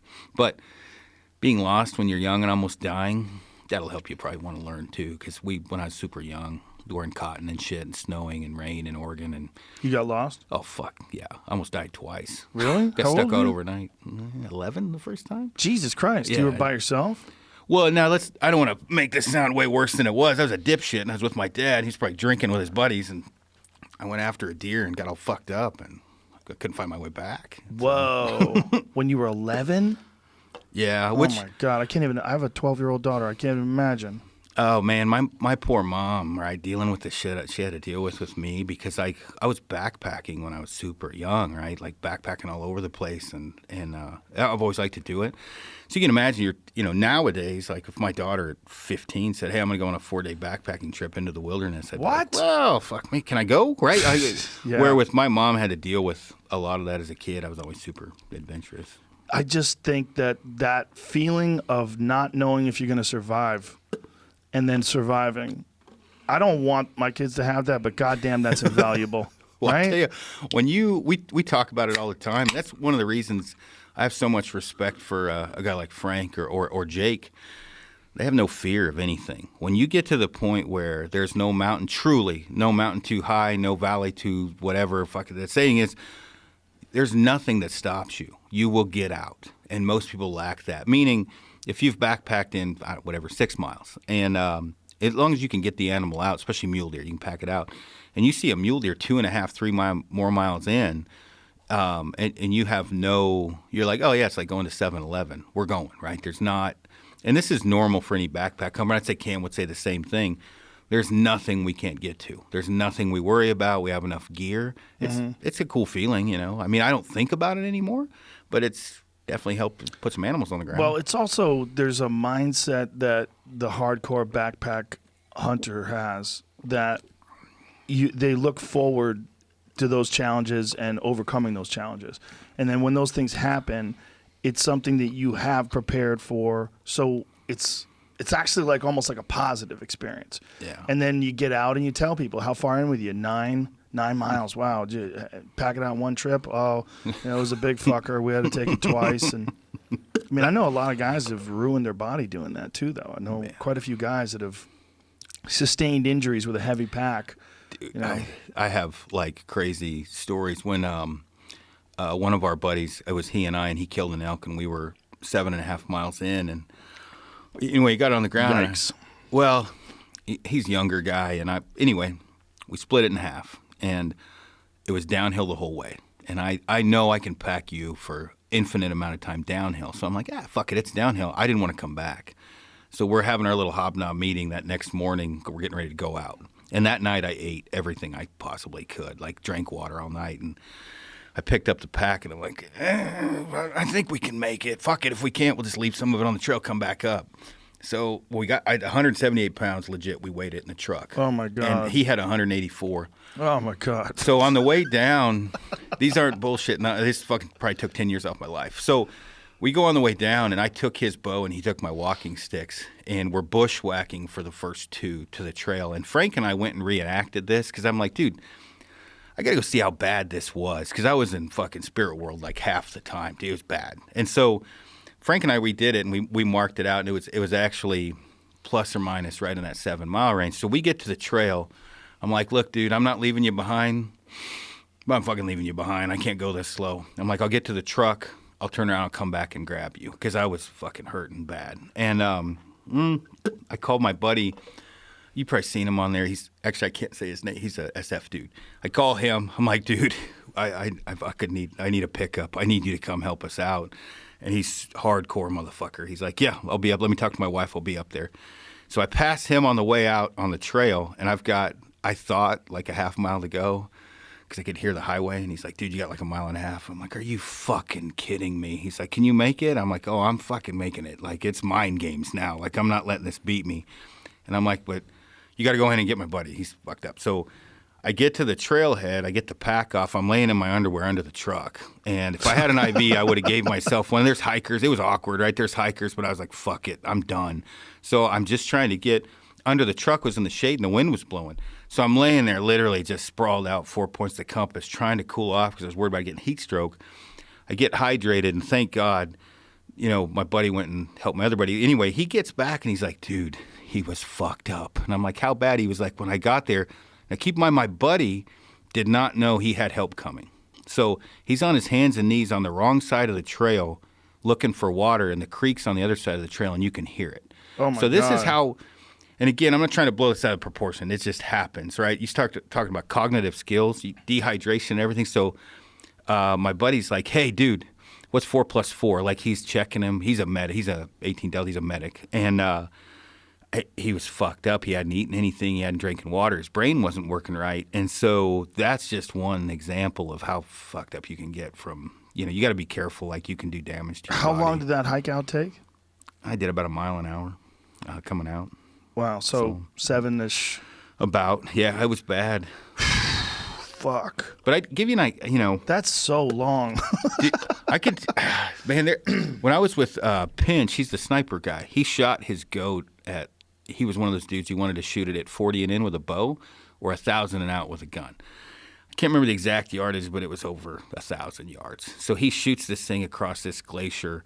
It took us 6 hours to go 11 or 1,400 yards straight line distance, to a point where I'm like, we're going to fucking die getting down to this thing. Like at one point in time, I slid down, and of course, I'm a dick. My knees slam into my face, and I'm like, we're all good. Come on down. I didn't want to be the only one in pain, right? Here comes everybody else sliding down, and Pinch is like, are we going to get out of this? I'm like, well, we don't have a fucking choice now. We slid down it. We got to get back up, right? And so we didn't get back till 2 o'clock in the morning, and we were still 4 miles in. So when people, like the idea of backpacking hunting, that's what they're liking, is the idea of it. Because Cam glamorized the shit out of it. It's fucking painful. He's not a normal human. You can't go by his standards, his ideas. They say that sheep hunting's the hardest. They say that like Alaska sheep hunting, in terms of like just the difficulty of the terrain and the dangers of it. Yeah. You agree with that? Somewhat, yeah. I would say I've only been on a couple sheep hunts in Alaska, right? Most of mine have been in lower 48 or the NWT, the Northwest Territories. The thing with Alaska that's easy is you're not gaining that much altitude. Distance is far. But the weather is bad. Like generally the weather's pretty bad. And then the amount of pressure now, and again, I'm not an expert on Alaska, the pressure is much worse than it's ever been in Alaska. In terms of the amount of hunters. Hunters, yeah. Yeah, a lot of hunters out there. Yeah. And then animals, grizzlies and shit. Yeah, which is a fucking real. You've seen us get charged on video, I think, haven't you? Yeah. When you were with the Gritty Bowman, that was terrifying. Yeah. That was crazy. I'm an story. adrenaline junkie. I'll tell a true story. Okay. Because it's not, I thought we were calling him moose, and I'm like, looking, and I'm like, I think there's a moose coming, and a grizzly pops out. I'm like, hey, get your camera. Let's call this thing in. This is the true story, right? Because we made it sound like it was, here comes a grizzly. So I thought it was going to get to that fucking stump and stop, right? You called the grizzly in on purpose? He was coming into a moose call, right? So oh, no. I'm like, hey, grab the cameras. Let's get this on video, because he was looking for our moose calls. So this big bitch gets by that log, and she stands up, and she's looking around, and I'm like, oh, cool. And you can hear my shutter on the video. Fuck, it hit the ground, and it was coming. And I'm like, oh, well, and immediately, I've been charged enough to where I'm an adrenaline junkie anyway. I'm desensitized, and I'm like, well, he's going to eat fucking this other dude anyway. So I'm like, you can see my camera shifting right a little as I'm taking these photos. I didn't have a weapon, I had a bow. And so here pretty quick, I'm thinking, shoot this motherfucker. It's like 15 yards from us. Oh, my God. He fired off around at its feet, and I knew his gun jammed on the second round sometimes. So I'm like, oh, that fucking piece of shit Browning 8 doesn't jam on this second one or whatever it was, right? Not saying a Browning's bad. Well, it stopped, do you remember? And it came again. Mm-hmm. I think it was like 10 yards when it finally turned off and ran away. But 10 yards is nothing. Well, I tell you, like... That's almost like that wall. Yeah, it was big, too. It's a big one. But was that in BC? Yeah, that was in BC. In reality, though, you talk to... I bring up the Lancasters, who I went with when I stayed in the NWT for that 2-month time frame. Mm-hmm. Those guys live up there. I bet if you asked a Bart or a Clay Lancaster how many times they've been bluff charged, it's like triple digits. Like, just hunting with those guys, the shit that they've done. Triple digits, meaning 100 times? At a minimum. Oh, and my God. So, like the shit those guys deal with, they've been doing it since birth, right? And so I was telling like Amy and Frank, I was like, okay, you guys know how much I've done and all the different things, hunted and how many animals I've put on the ground. It's a fraction. Clay Lancaster's been on 320 sheep hunts. 320. That's a lot. That's not including caribou, moose. He's been all over the world. So the amount of experience those guys have and the stories, like when I get those guys on the podcast, it's hilarious because I just got to experience a 2.5 month section of it. We were literally from a light bulb, from a paved road, hours from any electricity. Like, it's a 12-hour drive to where the helicopter picks you up, and then you're flown in another 2 hours. So when I got bit by that bite, it was funny, by that spider. It was funny at first. What are you talking about? Oh, yeah, I fucking got bit by a spider up there. And I'm like, hey, Clay, my leg's fucked up. I think I got bit by something. He's like, there's nothing poisonous up here. Well, I about fucking died. My leg swelled up, and we're drawing circles around it. Well, the first couple circles, right, wasn't that big of a deal. So Clay cuts it open, and listen to the podcast. He's hilarious because he squeezed that thing, and I acted like it didn't hurt. I thought I was going to pass out from fucking shock. So Squeeze the pus out? Yeah. I don't know that it helped, but it gave him pleasure. What kind of spider was it? Man, you got to listen to the podcast to hear the whole story, but we ended up calling it the long-cock black hobo spider, and there's a story beside that, but I think it was a hobo spider. Those are dangerous. Yeah, but I don't think they're overly poisonous. I think I was allergic to it. But the moral of the story, in 6 hours, my leg locked up straight. There was veins going up towards my heart, and I had cold sweats. Heart rate was racing. And Clay's like, dude, we got to get you out of here. You're going to fucking die. Like, we are a long, long, long ways from anywhere. How far? 4-hour helicopter ride, but then you're dealing with some fucked up Jesus doctor Christ. in the northern part of fucking Whitehorse, you know, or where Some the fuck it voodoo was. doctor. It wouldn't have been good. So I called my buddy who's a medic, and I was like, dude, what should we do? And he's like, all right, piss on it, bleach, ibuprofen, fucking get Bleach? some shit. Yeah, because I guess like bleach cleans everything out. Like he's giving me, I can't remember all the So stuff. Trump was right? I don't know what's exactly. But I was like, holy shit. I was like, okay, so we're pouring pee on it. We're like crushing up ibuprofen. And Do you pour pee on it? Did you let your buddy pee on it? so here's the thing. One of my buddies that's where it must gets have weird. had a Big Johnson because he was ready to pee on it right there. And I'm like, dude, pee in a fucking bottle. I don't want to see your wiener while you're peeing on my leg. And so You wouldn't want it right off the tap? Somehow or another, it's been- better if he pees in a bottle and then pours it on you? it would have been awkward. And think of the stories that would have been told after about Yeah, but getting it'd be peed funny on. stories.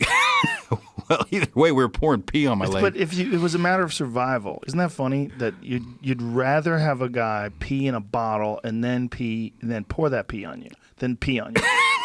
I guess looking at it that way, It's yeah. weird. I get it. I'm right there with you. Oh. I understand your thought process. Well, I think I'd let the guy piss on me though. At the time, I was like not overly worried, and then when my leg locked up, it was. If you measured my leg, it gained 2.25 in circumference inches. That's how much my leg swelled up. Oh wow, So- that's a lot. Yeah, it was. I mean, I'm laughing about it now, but what was funny is once it went back down, we just duct taped towels around my calf muscle to go on moose hunts because it was so fucking painful when the infection was going down because the willows were beating it up, and I'm like, I really want to see some of these 70-inch wide moose. Let's just take. So we taped towels around my calf. So you never made it out of there? No, So you just dealt with it while you were in the woods? that went away in like 24 hours. Oh, okay. Yeah, it wasn't that. It wasn't. But you didn't think it was going to. You thought you were going to die. I don't want to make it sound worse than it was. It got a little nerve wracking there towards the end. My fucking heart started racing, like, and I'm like, yeah, So your body's that's dealing not good. Whenever you have an infection, infections are fucking dangerous, man. Well, I had veins going up my leg. like you can That's see the where- veins. Is that what you're saying? That's what Yeah. when Clay was talking about it because I was Because maybe I of tried course to, you have veins going up your leg. That's how you get blood. yeah, and it showed him a lot.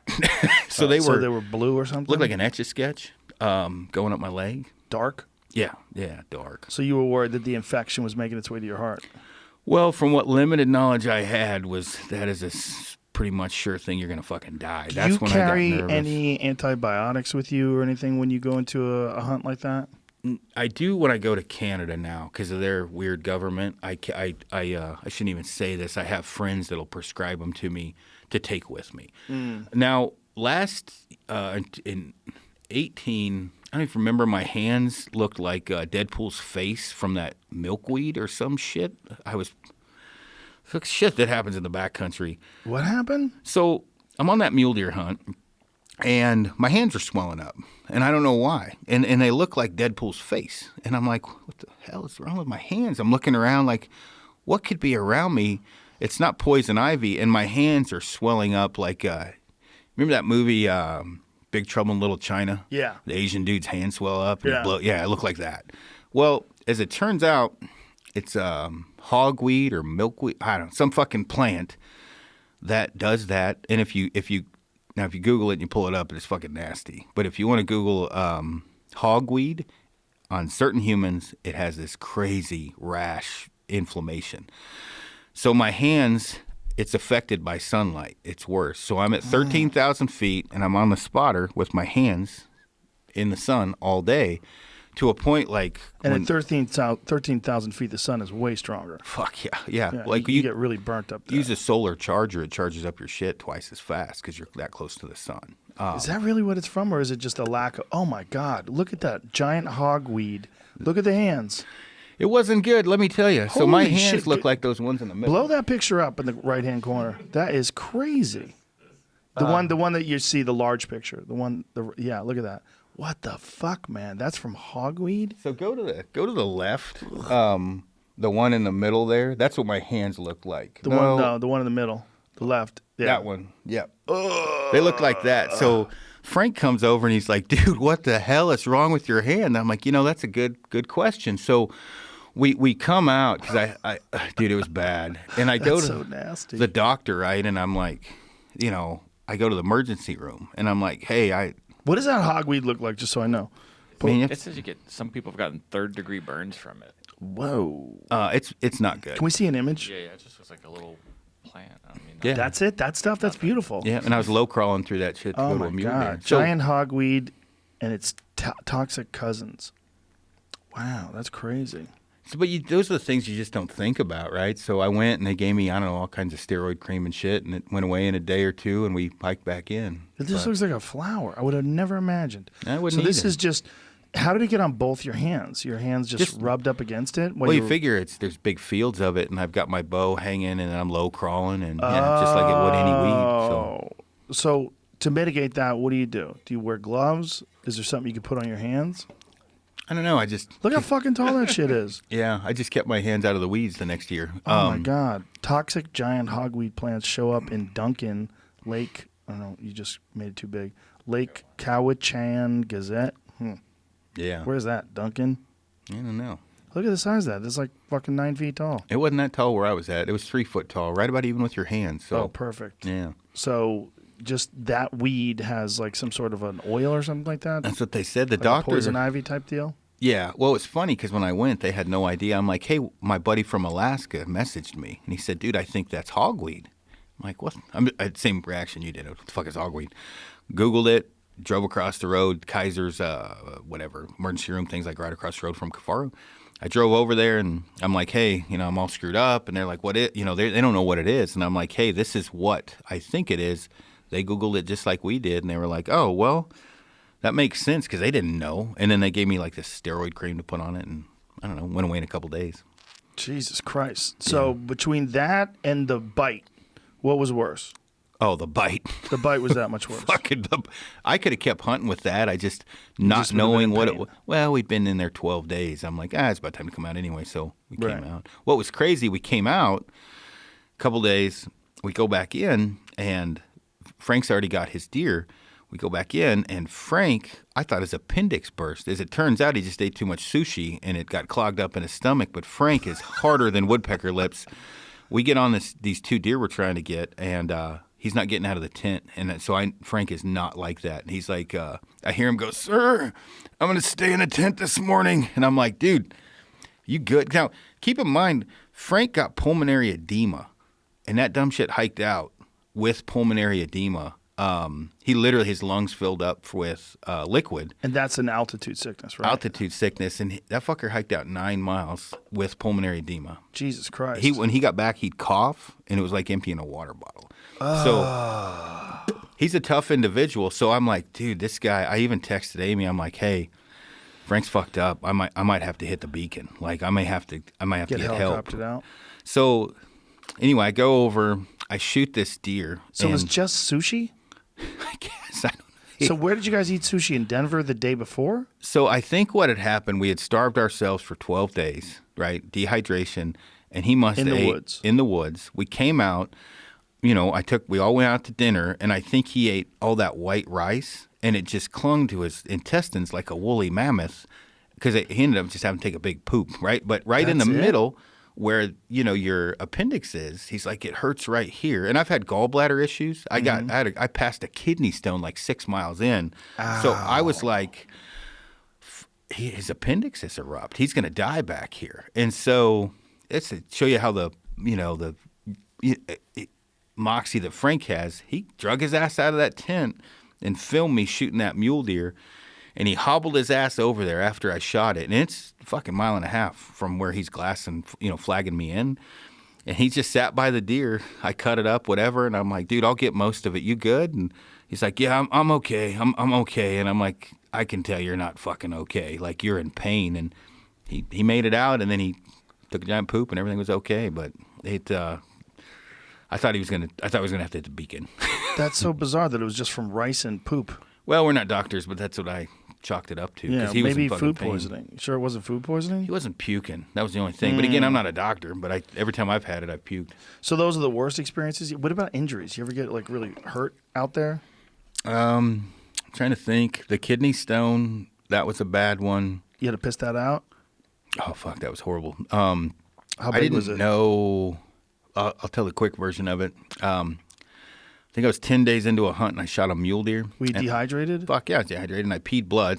And of course, like an idiot. And I'm like, it's fine, whatever. And hiked the mule deer out, turned around. I met a buddy, dropped it off, and then hiked back in. And then like that night or the night after, I was it was pretty high elevation. But anyway, I went after this bull and something like knocked loose in my kid. I didn't know what it was. Just all of a sudden I had this shooting pain. And I looked at that dude on the Green Mile trying to pee, right? And I'm like, what the fuck is going on? Like, I'm like, I'm going to pass out from shock. What the hell is wrong with me? Did you think it was a kidney stone? I didn't know, right? I didn't, it was so much pain in my back area that I knew it had something to do with my kidneys. But every time I tried to pee, I literally would drop me to my knees. And so I was like, okay, let's assess this. And I'm trying to think through, should I take next to no gear and try and hike out, take enough gear to stay the night, but then have the burden of the weight? What's going to be the best option? Because I didn't have any service and I didn't have I didn't have anything back with me that I could get a hold of anyone. And so I'm like, fuck it, no guts, no glory. I grabbed the basic essentials and hobbled my ass out. And at one point, I did have a phone, but I didn't have service. I texted my buddy Tony and said, hey, what is the nearest hospital to this trailhead? And I lost service. And so all he knew was I'm fucked up. Right. So I get to the trailhead and I get in my Jeep, and I had a giant Jeep and I'm doing like 90 down the road and I get pulled over. Well, the cop was looking for me because my buddy had called and said, I don't know what's going on. He's somewhere. Well, the cop was kind of a dick, right? I get out and I'm like, hey man, he wanted to call an ambulance, and I'm like, look, dude, I just hiked out 6 miles. I'm not paying $3,500 for a fucking ambulance ride. I just hiked 6 miles out. I can make it to the hospital. And so he was a little bit of a dick, but he followed me into the hospital, and I passed it. I don't know, Clink. in the toilet. It was tink, tink, tink, and it looked Did like you a save it? chickapee. No, but it would look like a chickapee. Oh, like a chickpea? Like one of Yeah, them? a little spiky little bastard. Oh, okay. Yeah, it was horrible looking. How big was it? Not very big. Big Smaller enough than for a BB. Your dick hole. Holy About moly, anything man. Going through that. What was crazy is right after that, I was good to go. I mean, once Really? you passed it, I was fine. I hiked back in the next day. A lot of fighters get those from dehydration from weight cuts. It's, I think Jose Aldo has gotten those before. I think more than one fighter has gotten those from weight cuts. I think what they told me, a buddy of mine's a doctor. When I was roided out, I was taking in a lot of protein and different things. That there was a calcium buildup from that or something. I don't know. I'm not a doctor. Some people get them apparently from drinking too many green smoothies. You should be careful. I believe that. Which one is Thor? Chris Hemsworth? His brother. His brother had to quit being a vegan, and that's one of the reasons why. Because he was passing these stones, and he had to wind up getting surgery. Here it goes. Australian actor Liam Hemsworth told Men's Health that he had to completely rethink his vegan diet after undergoing surgery for a kidney stone. Some foods are high in substances called oxalates, which can increase the risk of kidney stones. These include spinach, potatoes, nuts, and even chocolate. There you go. Yeah, I've heard of it from kale, too. I ate a lot of kale. I rethunk my raw kale smoothies. I was drinking a lot of kale smoothies in the morning. And then I found out about the dangers of oxalates, and I was like, oh. So Yeah. I thought I was doing healthy. Yeah. Well, whatever mine came from, it was an eye opener because that shit hurt. But I've been pretty lucky. I, as far as injuries and nothing, IT band syndrome issue, normal shit, right? I mean, nothing too crazy. No blown out knees out there or anything. Knees are great, shoulders are great. That's what would scare the fuck out of me. Blowing out a knee in the backcountry, and you got to figure out a way to get in. Yeah, I like knock on wood. I haven't had to. I mean, been in some hairy situation on cliffs where storms rolled in, blacked out, and just had to hunker down in like a cave, right, and just wait it out. But nothing horrible. Your kidney stone was bad, but really like some of the things you'd think that would happen. If I die back there, it's probably not going to be from a bear. I'm probably going to fall off a cliff. Like that's the one thing that I would guess would happen. That's how Cam's buddy Roy died. Yeah, which on a is sheep hunt. serious. That one there is probably worse than any. The chances of having a bear eat you is so slim, but lightning and cliffs are probably the worst ones. Yeah, lightning is another fucking scary one, huh? Like that's a normal experience out there. There's lightning storms. Yeah, in that one area, the Sangre de Cristos is a mountain range, and it's like scientifically worse there because of the heat from the ground and the cold from above. The lightning storms there, we go down there just to photograph them. What do you do if you're in a lightning storm? Do you get near trees? Because if you get near trees, what if the trees get hit? I'm going to give you horrible advice. I don't do shit. I just get in my tent and do my thing. Really? So when there's a lightning storm, you just lay in your tent and hope it doesn't hit you? Well, I mean, the reality of it is as they blow over, you may be causing, and I'm not an expert at this. It's just if it's my time, it's my time. So I just get in and I listen to an audiobook and try and pretend it's not there.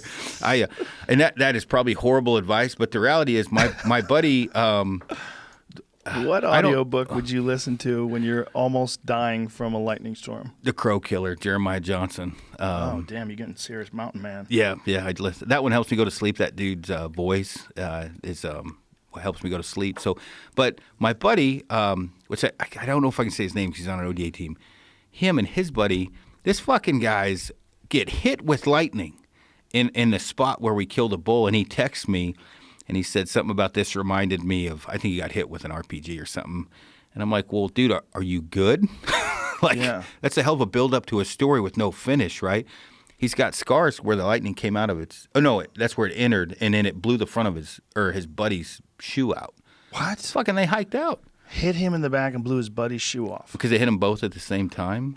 And so I would guess they were probably more trained than I was. And whatever they did didn't work. So anymore, Frank and I just hunkered down and I listened to an audiobook. Remy Warren got hit with lightning in high school, if I remember correctly. And I think he lost his sense of smell. No shit. Yeah, something wacky like that. Remember that movie with, what was it? The big dude, the actor, where the guy gets hit lightning. He's like, 6 times. And he's like, oh, you've been hit with lightning 6 times? He's like, no, 66 times. You remember that shit, John Candy? Yeah. Yeah. With the great outdoors? Well, there's a guy that has been hit like a record number of times. There's one guy, see if you can find that. There's one dude that for whatever reason, they don't know what, they don't understand it, but he's been hit by lightning multiple times. And it's not because he's looking for it. Like he's particularly attractive to lightning for some strange reason. I think I'm particularly attracted How to many black times? bears. 7 times. Good God. Yeah, he's a ranger, park ranger. Yeah, come on, man. So Roy Cleveland Sullivan, he died in 1983, United States Park Ranger in Shenandoah National Park in Virginia. Between 1942 and 1977, Sullivan was hit by lightning on 7 different occasions and survived all of them. I would go home and talk to my wife and see if she put some voodoo on me. That reminds me of that saying I have, if it was raining pussy, you get hit in the head with a dick. That guy's bad luck. Yeah, that is horrible. 7 times, it's crazy. That doesn't even make sense. Yeah, I just don't worry about it though anymore. What'd you say, Jamie? This one says another guy got hit 10 times. Ooh, 10? God. Another guy's like, I'll show you, pussy. Yeah, 10 times. Put a fucking metal hat on. Yeah, it's just. I think though you get desensitized to different things, and lightning is definitely one where I just kind of hang out in the tent and. It cooks you from the inside out like being in a microwave, he says. Man 61 survives being struck by lightning 10 times. Melvin Roberts made headlines in 2011 for being hit 6 times in 1 year. Wife said he's been struck another 4 times. South Carolina man suffered memory loss, headaches, speech problems, and has nerve damage in his hands and leg. Like, I'm so confused. I don't understand why it keeps hitting him. Let me see what that guy looks like. No. He looks like a guy who's been hit by lightning 10 times. Yeah, because usually it'll blow the end of your toes off. Really? Yeah, where it A exits. single lightning strike is made up of several 100 million volts. What the fuck, man?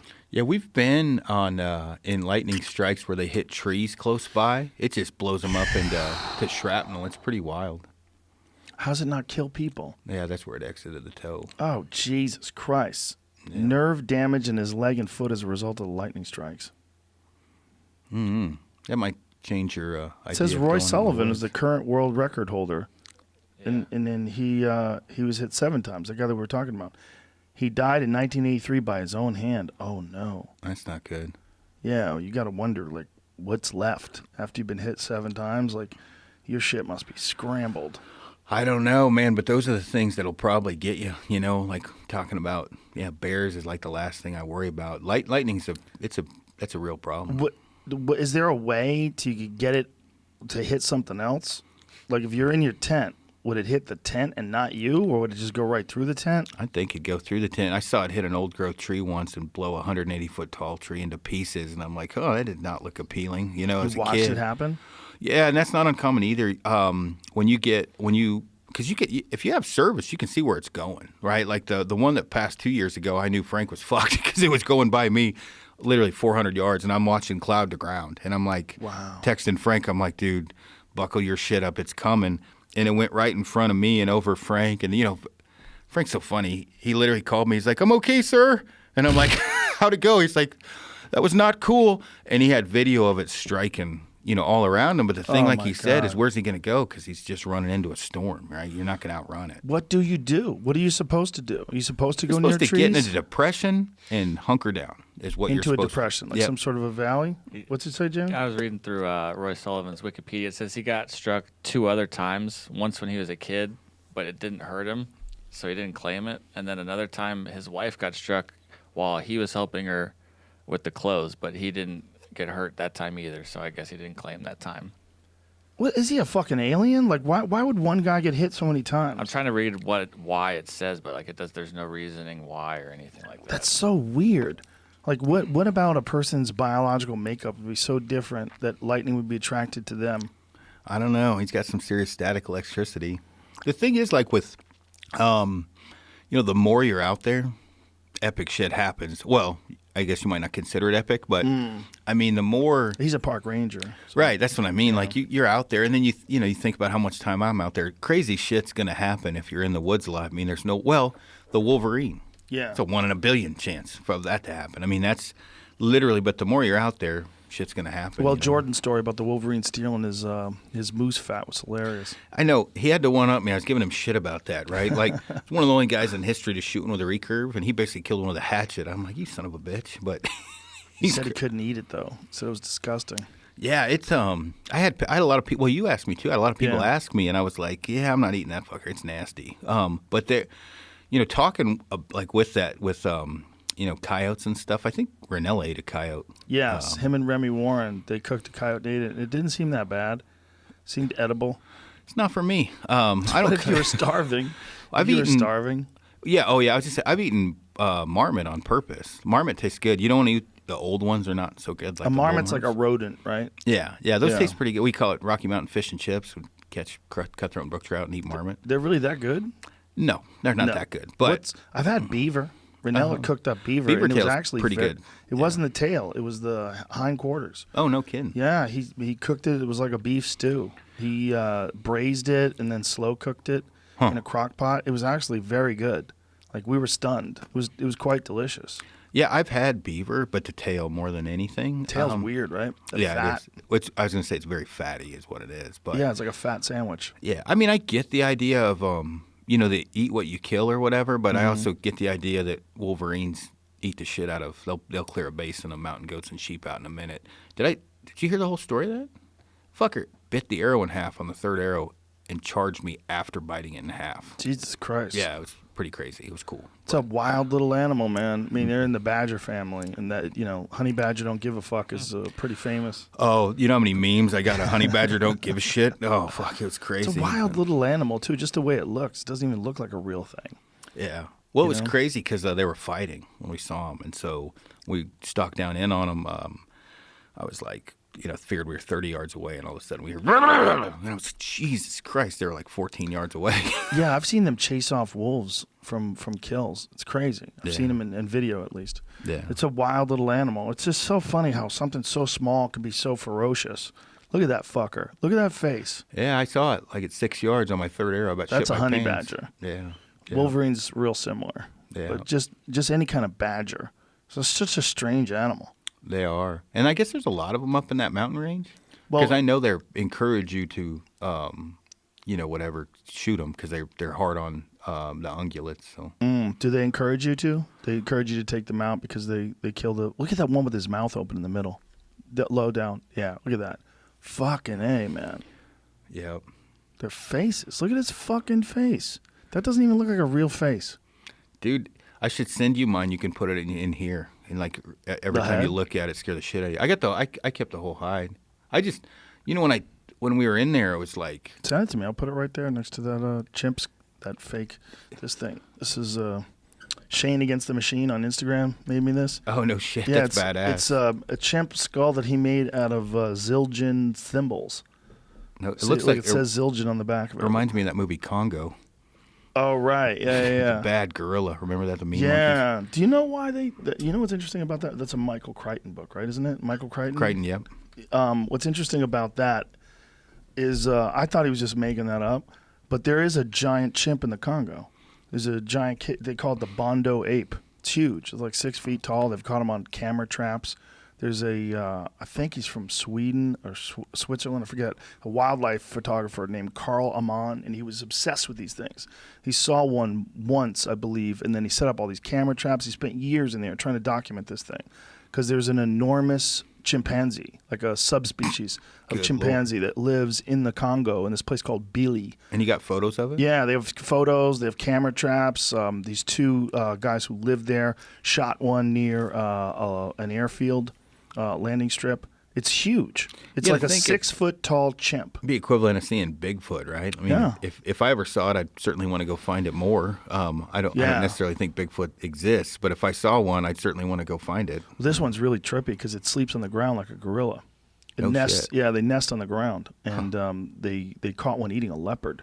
They don't know if it killed the leopard or if it was just eating a leopard that was already dead. But you got to imagine how strong a chimp is. Now imagine how strong a 200. I mean, not 200, 6 foot tall, probably more than 200, probably 300 or 400 With the pound chimp. densest muscle mass known to man. Yeah, That'd stay the fuck out of the jungle. The crazy thing is they have camera trap photos of one walking upright. Oh, no kidding. Yeah, walking. See if you can find that. The guy's Carl with a K, Amon. He's this wildlife photographer that got obsessed with this animal because they were, a lot of people were claiming bullshit for the longest time on this. There's photos of one that someone had shot from the 1920s, and they were trying to figure out if it was a hybrid, if it was a gorilla chimp hybrid, if that's possible. See, that's the one that's the camera trap on the far left. So you see it walking. That fucker was walking on his hind legs. It's huge. And now go back to where you were. See that one right beside it on the left? That's the dead one. Up top. Yeah, right there. That's the one that they shot at a landing strip. They shot near an airport. Look at the size of his hog. Good Lord. Good Lord. Look at the size of that fucker. I mean, you don't know how big the men are behind it, but, even if they're 5'7", that's a 6 foot enormous chimpanzee. Oh, and yeah. then the one in the middle, the black and white one, Jamie, over there, yeah, that one. That is the original photo from really, really early on. I think that was the early 1900s. People were trying to figure out what the fuck that was. It was like, it's really big for a chimp because these guys are trying to hold it up and, its legs are still dragging on the ground. So if it was standing up on its hind legs, it'd probably be as tall as them. Good Lord. Yeah, crazy. So it is an actual chimp. There's another one too, that one right next to it, Jamie. Right above where your cursor is. Down and to the right. That one. I mean, this is a fucking enormous animal, man. Oh, yeah. That's like the Bigfoot of the jungle. I mean, imagine a 400-pound chimp. 6 foot tall, 400-pound chimp. Like, what the fuck? So this guy, Carl Amon, Ammann, has been photographing these things for years and set up these camera traps. They have two different types of chimps. They call them tree beaters and lion killers. The tree beaters are the ones. Look at that one in the middle that's standing up. Fuck you. Look at that thing. God damn, that's crazy. And if you could watch what a normal chimp does physically, that's probably going to be pretty impressive what that thing can do. Yeah, I mean, they throw themselves through the air with their arms. Literally just throw themselves and catch a tree. That's wild. And hang from it. So that's why that Congo movie was so weird. Like, it's kind of sort of loosely based on an actual real chimp. Yeah. And they get real gray looking too, which is also true, just like his book. Yeah, I was gonna say in the movie they had the gray. Yeah, well, they get real gray when they get big, sort of like gorillas. They also have a crest on their head like gorillas. That this this chimp, this fake chimp skull that he made. This is a normal chimp skull, but the ones that they found, that's why they got so confused. These Bondo apes, they actually have a crest. Like they have this big, thick partition at the top of their head and the skull. That usually, like with bears, that's an age, right? When they get that butt crack in their forehead, it's basically that coming big, down. thick muscles that they can crush moose bones with. Yeah, it's crazy. It is pretty wild watching what some of the like I got hit by a black bear once running, just clipped me. He was running scared, but he hit me, and I was like, "Oh, that was definitely a reality check of where I'm at." You were running, like jogging? Well, fuck no, I was on the trail, and he ran by me and clipped me. Oh, and it wasn't like this crazy. I mean, it was, he just ran you over accidentally. fuck, man, he hit me, and that was a reality check of where I stand at in the food chain. I thought I got hit by a fucking 600-pound linebacker. I mean, it blew me back, and he clipped me on the side, but it happened so fast, right? And literally, it took me a second to like, Jesus Christ, when he hit me. He was running scared, right? It was just a happenstance thing. But South got attacked by one when he was young. South Cox? Yeah, when he was young. But it really shows you like, well, I have a matrix target. You like those. Mm-hmm. That fucking bear at my house pushed the center octagon out. He doesn't have opposable thumbs. He didn't release the ratchet straps. And he was managed to push the middle portion out. Why? Probably had peanut butter on my hand, and I was pulling arrows. Oh, and you smelled it. Yeah, and he was able to push that center octagon out, and that was a 180-pound little black bear. So imagine what a 500-pound black bear could do to you. Well, when you see them run up trees, just use their claws and just run up the tree and full clip, like you would run on the ground, but faster. And they go up a tree that way. Oh yeah, We're so weak. It's pretty crazy. That one I got, that one that charged me 2 years ago. Guys, man, that thing was like, I hit it 2 times coming at me here and here, and I was shitting my knickers, right? I mean, the first time I hit it, I was like, oh, like running backwards, and I was pooping my pants, right? And then it took off and it started stomping the ground, so I huffed at it again and came in again, and I was not ready the second go around either, and I hit it here, and then it ran off broadside, and I ended up killing it, but it was hilarious because my buddy was like, "Hey, did you get a shot?" Because he couldn't see in the timber, and I'm like, "Dude, I'm out of arrows." And he's like, "What happened?" And I don't think he believed me. And we got up there. I'm like, "Dude, it's a big bear." And I said, "Did you hear it?" And he said, "I could hear it stomping." And I was like, "Did you hear it fucking try to eat me?" And he was like, "Did it really?" I'm like, "No, it didn't try to eat me." I was like, "But Jesus!" And he, looked and I was reacting, reenacting, telling him what happened. It was a trip, man. But I was wearing black. So it might have thought that you were a bear? So when that snow melts, the king of the apes, right? The biggest bears guard the lushest grass, right? And so when I stalked in, I actually pulled my camo off and I put on black fleece because it was in a field. And I was on my hands and knees, and he'd feed, and I'd get closer, and he'd feed, and I got to 35 yards, and he wheeled out right when I shot, and he went into the timber, and I was like, ah, damn it. And then I could hear him in there popping his teeth, and I'm like, oh, oof. He wants some. So I loaded an arrow and just dove into the timber, and I started huffing at him, and that's a dominance thing. You did that to get him riled up? Why would you do that? Well, it seemed like a good idea at the time, right? Looking back, you just caught up in the moment? Well, if I could be honest with you, I've never had one come at me that fast. Usually they'll just stand up there and they'll stomp the ground. So you thought you were going to bluff him and then he would be there for a shot. Yeah, and it didn't quite turn out like I had planned it. And he came straight at me. And I started like, oh, that's a fucking bad idea. And I started running backwards and I shot, but it was, I don't know, from here to the TV. And I hit it. Well, I thought, okay, that should slow him down. I'll get in that. Well, fuck, it just pissed him off. So he ran out there at 20 yards and started stomping the ground. So at this point in time, I was a bit caught in the moment, and I'm not trying to make this sound any more than me being a dumb fuck. So I started huffing at it again, and he came straight at me one more time, and I hit him on the other side.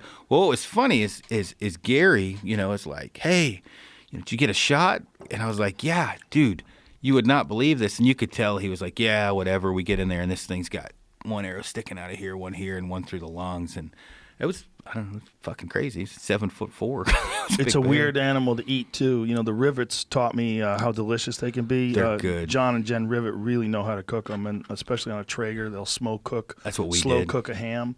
It's unbelievable. Well, it's so good. I get a kick out of the hate mail I get about predators, right? Because we eat them. Like mountain lion's unbelievable. It's not as good as axis deer, but it's pretty damn good. And it's like just because it's weird that you get less hate mail from a deer than you do something that can eat I know, you. because it seems like if you're killing an animal like a mountain lion, you're doing it because you want to be a badass. Yeah. That's what it is. So, but if you kill an animal like a deer, like that's normal. People are accustomed to people killing deer for food. Well, I had people like, oh, those are endangered. 'Cause I killed a giant mountain lion, and I've killed a bunch of bears. Like they're endangered, and it's like, no, there's actually kind of a problem, right? Because California, they're not endangered at all. It's you hear that talk all the time. There's at Tejon Ranch, they have one particular camera trap where they caught 16 different mountain lions on a pond. yeah, they're a problem, and they'll eat, they'll eat 2.5 deer a week, pretty easily, and so a mountain lion. But you think like people think you can't eat, and there's some predators you probably shouldn't eat. But again, in the big picture, which I do not understand how people think, they eat everything else. And so to be truly not the hashtag conservation, but if you're worried about other animals,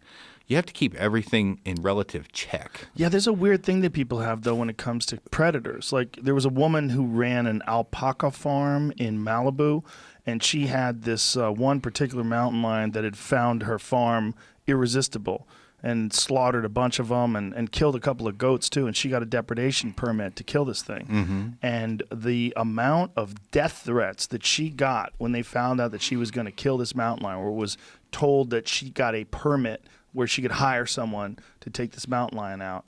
And so she eventually wound up not doing it just out of fear. Yeah, she was crazy. just scared. But meanwhile, they don't have any problem with this thing really thrill killing. It was just thrill. It can't help itself. Yeah. Once it found out that it could get into that pen where the alpacas were, it just was slaughtering them. Yeah, the U.S., well, not just us here. It's kind of weird. So put things in perspective. Things don't think about this. If you shoot an animal and you don't pack it all out, you get a ticket for wanton waste, right?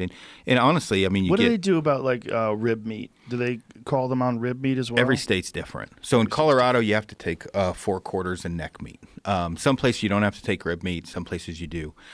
You think about it. How much food do you think was wasted in California yesterday? Beef, how much was thrown away? The people didn't finish their meals. Their steak was cooked medium rare. That animal was alive once, and they throw it away. Yeah, and it's weird how people look at that. That is weird, but it's like the thing of you going out and doing it yourself. And what I think they're really worried about is someone shooting a deer and just taking the antlers, which is No, I that get is that portion of it. I don't get the other portion. Like Right. I get I got I eat 500 pounds of meat a year, right? It's a big deal for me. What's crazy to me is this some dude that just let his kid throw his entire steak away because it didn't taste good is going to give me crap for shooting a deer that I'm going to eat the whole thing. Well, that's human though. You Yeah. know, we're real complicated animals. Yeah. We're real bizarre in what we can justify and not justify. You know, and it's one of the things you're seeing. You know, if someone's walking around without a mask, you know, on the street, people will yell at them and tell them, you're putting me in danger. But you will see a massive protest, and it gets nothing but positive responses from the news and the media. And like, this is amazing. People are unifying. Yeah. And Yeah. it is amazing, but it's also amazing that 2 weeks later, there's a giant spike in COVID, and no one wants to. Something I've read, though, that there is a big spike in COVID, but there's not a corresponding death spike. Yep, I read Which the is- same thing. Yeah, see if that's true. Read that's true, because they said that COVID is spiking, but deaths aren't, which is really interesting, because that must mean that they're better at treating it, or maybe people have a better understanding of how to survive it, or maybe the people that are getting it are younger, because a lot of them are getting it specifically from the protests, which they're kind of denying. It seems hilarious. Which is weird. Yeah, the whole thing, I'm trying not to read it because I can just get depressed. People on top of each other. I'm 100% support of the protest, 100%. But people on top of each other, you telling me if they're sick, they're not going to give it to each other? That seems highly unlikely. Yeah, I'm not a doctor, but there's just a lot of contradicting Yeah. views of that. Like you can't protest certain things, but you can protest other things. And then when COVID first kicked off, 6 feet, wear a mask, whatever. And then I see these things where, you know, there's a 6 foot thing, but we don't mind if you protest. And it was exactly. everything was strange to me. And Well, there's a same big thing- gay pride protest celebration this weekend in Chicago. Same thing. Everybody on top of everybody, and everybody's like, "This is wonderful, unity." Okay, but in 2 weeks, when the restaurants and the bars shut down again, we're going to question our decisions. Yeah, it's you ever watch like Zombieland? That movie's funny. The Yeah. fatties are first to go. Right, And I bring right. that up all the time. You think about how bad would it be to rewind 80 years? Like what would happen? Like how soft we are as a culture now. It's pretty amazing. And then like you think about some of the different plagues. I read and listen to, well, I don't read shit. I listen to a lot of audiobooks. Me too. I It like is- to say I read, though. It sounds better. It does for me too, but the reality is I don't read shit. I look at pictures, but I I love read magazines. even I that. read articles online. I read articles. I'll read some articles, especially on my phone. I'll pull them up, but Yeah, but I rarely read books. I fall asleep when I read them, which I probably should read more. But when I look at all of the different everything that's going on nowadays, like if there was any real major crisis, like how fucked we would be as a society is pretty amazing. Well, it's like we were talking about our dietary choices. The fact that 70% of Americans are overweight. That is so crazy.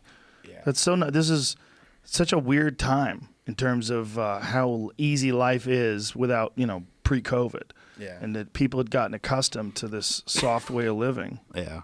So when someone does something like what you do and what you prefer to do, that's what makes it so extraordinary. When someone uses that ridiculous farmer's carry machine. And here it is. As U.S. coronavirus cases spike, country will be seeing more deaths, Dr. Fauci says. They're That guy, down, but they will be going up, is what it says. I understand that Dr. Fauci is a medical expert and a good man, but I am annoyed at him for what he said about the masks, because he literally said that we told people not to wear masks so that they wouldn't buy them so that healthcare experts can get them. You can't do that. Yeah, You can't that's do not that good. because then we know you're lying at one point in time. You can't lie. If you can say, please don't buy masks because healthcare workers need them. Instead, get a bandana. Instead, take an old T-shirt, convert it into a bandana. Please say that. Please, in the future, don't lie to us. Because when you lie, then we think you're lying You're no matter losing what credibility. you say. Exactly, Yeah, especially yeah. when it's about something like that. Like, I understand they probably compelled him to do that, but man, that confuses the fuck out of everybody. Because there's this video that, him talking about you don't have to wear a mask. And it's like, then a couple weeks later, they're like, actually, you have to. It's mandatory. Yeah, the whole COVID thing is it's different. Scary. And you sent me a text or something. I thought, man, this is blown out of proportion. And I think you said definitely for people like with me. Yeah. And If everybody was like you, it would be a bad cold. Yeah, Like, hey, I hope yeah. you don't get it, but if you do, take a lot of vitamin C, drink a lot of liquids, get a lot of rest. But the problem is, obese people, diabetics, older folks. And that's what I don't want to beat a dead horse to death, but I really, really would like, not to sound too, what's the word, liberal tree hugger-ish. Like, I really wish bottled water as we're drinking it. I'd like to see more options for filling up an Nalgene. I would like to see more options for people for health. Like, Right. God forbid we spend all this money on stuff. Like, it wouldn't be horrible for the government to spend money and get some free dietitians out. And I don't have a plan for this, but knowing as a converted fat kid, like, fuck, I wish I had some help when I was younger. Do you remember when Trump had that lady that was telling everybody not to touch their face, and then she licked her finger and then turned the page? Yeah. Oh, my God. Yeah, exactly. That's when, when we're talking about health experts and things along those lines, that's the kind of shit that you see sometimes. And it just makes you go, God, people are so weird. Just human beings we're so weird. What we concentrate on and what's important to us is so strange. Yeah. Well, you're from New York originally? I was born in New Jersey, but most of my, from 13 on, I grew up in Boston. Not to reverse the roles here, but what made you get into hunting? Well, I had seen a bunch of those PETA videos, and I was like, I'm going to do one of two things. Either I'm going to become a vegetarian or I'm going to become a hunter. Yeah. And then Ranella took me hunting on a show, and I dropped a mule deer. The moment the deer dropped, I was like, okay, I'm doing this from now on. And then the moment we ate it by campfire, I'm like, this is the best meal I probably ever have in my life. Yeah. And it just made me realize, like, we cooked it. We left some of it in it. We hung it up in a tree because it was pretty late when we shot it. We took the organs, and then we fried up some liver and onions, and we fried up some heart. and by the campfire. And I remember thinking while I was eating that, like, this is the most satisfying meal I've ever had in my life. This is how I'm going to live from now on. So take that and multiply it by 100. That's how I feel with a recurve. I don't know how else to explain it. I mean, I get it. It's just, I mean, something about watching that arrow fly through the air after all that hard work. Now, you may want to snap that fucker in half several times on the way to finally hitting an animal. Right. But being a guy, I'm driven, I'm goal-oriented. You know, I really like the challenge. I like to practice. I like all that. I get it. I totally get it. And I would imagine that the connection is so much more intense than even with a compound bow, because you're dealing with all the cams and the and engineering and all that jazz. The noise, right? Getting closer, like the different things you have to do. It is hard for me to explain to, you know, I have a little bit different perspective because I've come from the compound side, being able to, I shot my caribou at 127 yards. I've gotten bashed for that, right? And I'm like, hey. That's a crazy shot. But if you're trying to shoot a caribou, like a lot of times you can't get very close. Yeah, we couldn't get close. But without me getting bashed too much about shooting long distance, now getting sub 10 yards from an animal is pretty freaking cool. I mean, I can imagine. It is. And, when people thinking about trying it out, might give it a try, right? And when one thing good, you can do it with your kids. Do you ever get to a point where you're like, I'm going to make my own arrowheads? Fuck, no, not yet. I'm going to cut my own sticks and whittle my own arrows. Like, you go really full-on Comanche. I've had a lot of people message me about that, and Amy, right now, I can tell you that I am very accurate with that. Well, we just shot that tournament with Luke and the group and the compound trad. Luke was like so happy because at the end he asked a bunch of compound guys what their scores were so he could give them shit because mine was higher. Because everybody was giving him shit about how do you let Aaron beat you with a stick bow, and he's like, screw you guys, you come do it, because I've taken a bunch of money from him. I like that accuracy, even though it's not where I was with a compound. I don't know that I'll never build my own bow, but I would say the chances are highly unlikely. I'm pretty happy where I'm at right now. Building a bow by yourself, you mean cutting the wood and actually constructing a bow out of the wood? Probably, yeah, and probably the best guy that Clay Hayes is a real traditional dude. He's so not even a recurve. He's using like a regular self long bow, cut out of his front yard. Jesus, what kind of wood would you use for that? Well, they have Bodart trees, which is actually I don't know what the real name, Osage maybe is what a Bodart tree is. Anyway, I'm not an expert at this shit, and I don't plan on being. I mean, I got an aluminum riser right now, so what am I talking about? But the thing that seems crazy. Well, when you're using a traditional bow, but it's made out of aluminum, like I know, right? I was just gonna say I get hate mail all the time for it. Do you really? Oh, you always say I get hate mail all the time for you, and I always say, why are you reading that shit? You're right, and I will say you have been a good influence because I probably in the last 5 years I have really gotten to a point where it takes a lot for me to get any engagement or any rise out of it.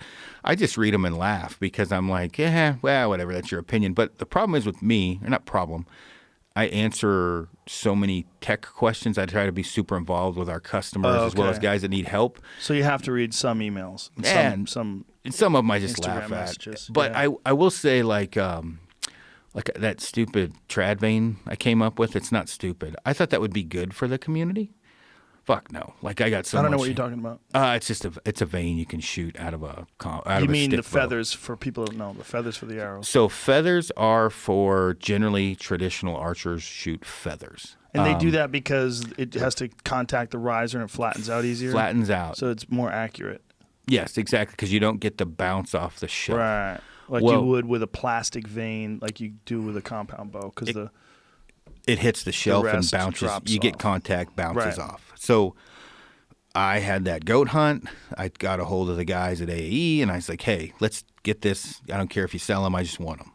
Well, I thought that would have been – this is how weird the traditional archery community is for me. I thought that would be a positive for guys that do backpack hunts, and it was for a lot of guys. I made the mistake of reading a few online traditional archery forums about myself, and that was a bad idea because I was like the devil because of those veins to coming up with them. They want them to be feathers. Yeah, I'm like the Antichrist or something. I don't know. They want it to be feathers because it's traditional? It's traditional, yeah. And even though the wood is made from a CNC machine, their riser and their limbs have carbon in them, No, people are weird. People are weird with and especially when people get into tradition, like traditional things. They get very strange. Yeah, and I don't, man, like with me, I don't care if you hunt in pink underwear and use a whatever the hell, David and Goliath, whatever, the bow. So you do whatever that makes you happy. I just want people to get outdoors and get off the couch. But, you know, everybody has different opinions and perspectives and whatever else. But for me, that was just a tool that increased my opportunity while I was out there. But it was definitely frowned upon by some. Yeah. So fuck them. Yeah. Don't you think that this would be a really good time for some sort of hunting education, like a program that people can enter, where they could be taught like adult onset hunting, like people who are adults learn how to do it. Someone take you out. I mean, I know there's a few people that do similar things out there, but man, it would be real nice, especially when COVID happened and people realized, like, hey, this food supply chain is a little sketchy. Like, we don't really have any toilet paper here. And my buddy went to the grocery store. He said there was one package of ground meat. That was all that was there. Yeah. And I was like, yeah, man, that could go sideways. It was pretty crazy. Some of my neighbors that were not keen on me taking my own animals and all the food I had in the deep freezer, that all of a sudden wanted to come. They were not keen on it? Like, did they tell you they weren't keen on it? Yeah, you could see they're pretty down on it. You know, did they like say something to you? Other than like, yeah, I'm not into hunting, like that kind of underlying, go fuck yourself, you shot an animal. Right. But they ate meat, so I whatever, however you want to look weird. at that. And then That's when the weirdest. COVID hit, because I eat 400 or 500 pounds a year, pretty easy of meat, maybe more than that. Plus, I give my daughter and whatever. Anyway, some of them had come over and were like, hey, can we try some of that? I'm like, yeah, I'm always going to encourage people to try it. And then now it's obviously worked out because they're addicted to it. They love it. Once you how clean taste it is. Yeah, it's so good for you too. It just feels better when you eat it. If you eat a real nice elk steak, like you get like energy. It's weird. It's hard to describe to people. It is. And I mean, you also have, like, for me, the fact that the way I got it, it just adds to the whole experience, which is hard to explain. But I think that as a whole, like land navigation, how to break down an animal, animal behavior, yeah, that'd be a hell of a class that I think wouldn't be a horrible time to. Yeah, I think it would be great for people. I mean, I wouldn't say do it with archery. I would say do it with a rifle, especially people that don't have any experience in it. But I think that would be incredibly rewarding. It's not something that everybody can do. Well, people always say that when you talk about hunting as being a method of acquiring your meat, like, hey, we don't have to factory farm. Hunting is still a possibility. People go, well, you can't feed everyone with hunting. And they're right. You really can't.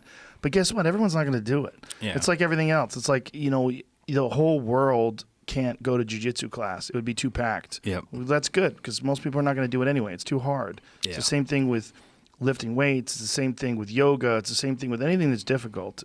Difficult things do not attract people. They attract some people. Yeah. They attract people that are interested in challenges. Yeah, and I would say the only thing, if you did that, you'd probably want the shooting of the weapon to be the last portion, because a lot of people would want to just do that and then bounce. Right. You'd have to earn your way to that. Yeah, and you have to have a curriculum, right? Oh, yeah. Well, and I talk about that easy button that people hit all the time. One of the things like I'm most thankful for is I came up with a time with no rangefinder. Oh. I had to learn to range, right? Yeah. And So how did you range with no rangefinder? Did you learn how to like recognize actual distance of things by thinking of it in terms of like body sizes? Like First it was a tape we'd measure, and you know what I mean. You'd roll it out, and we would have different courses or whatever. And when I say we didn't have rangefinders, right when I started, there was like a Bushnell 500. The thing was the size of this freaking notebook. It was giant. It was a mono, an ocular. wow. And that was like the first one. And then they had some other ones that they were probably available to people that had a lot of money. But you would pacing it out. My step is a yard. And so I measured out, or we were at a range, and I'd make sure how far everything was.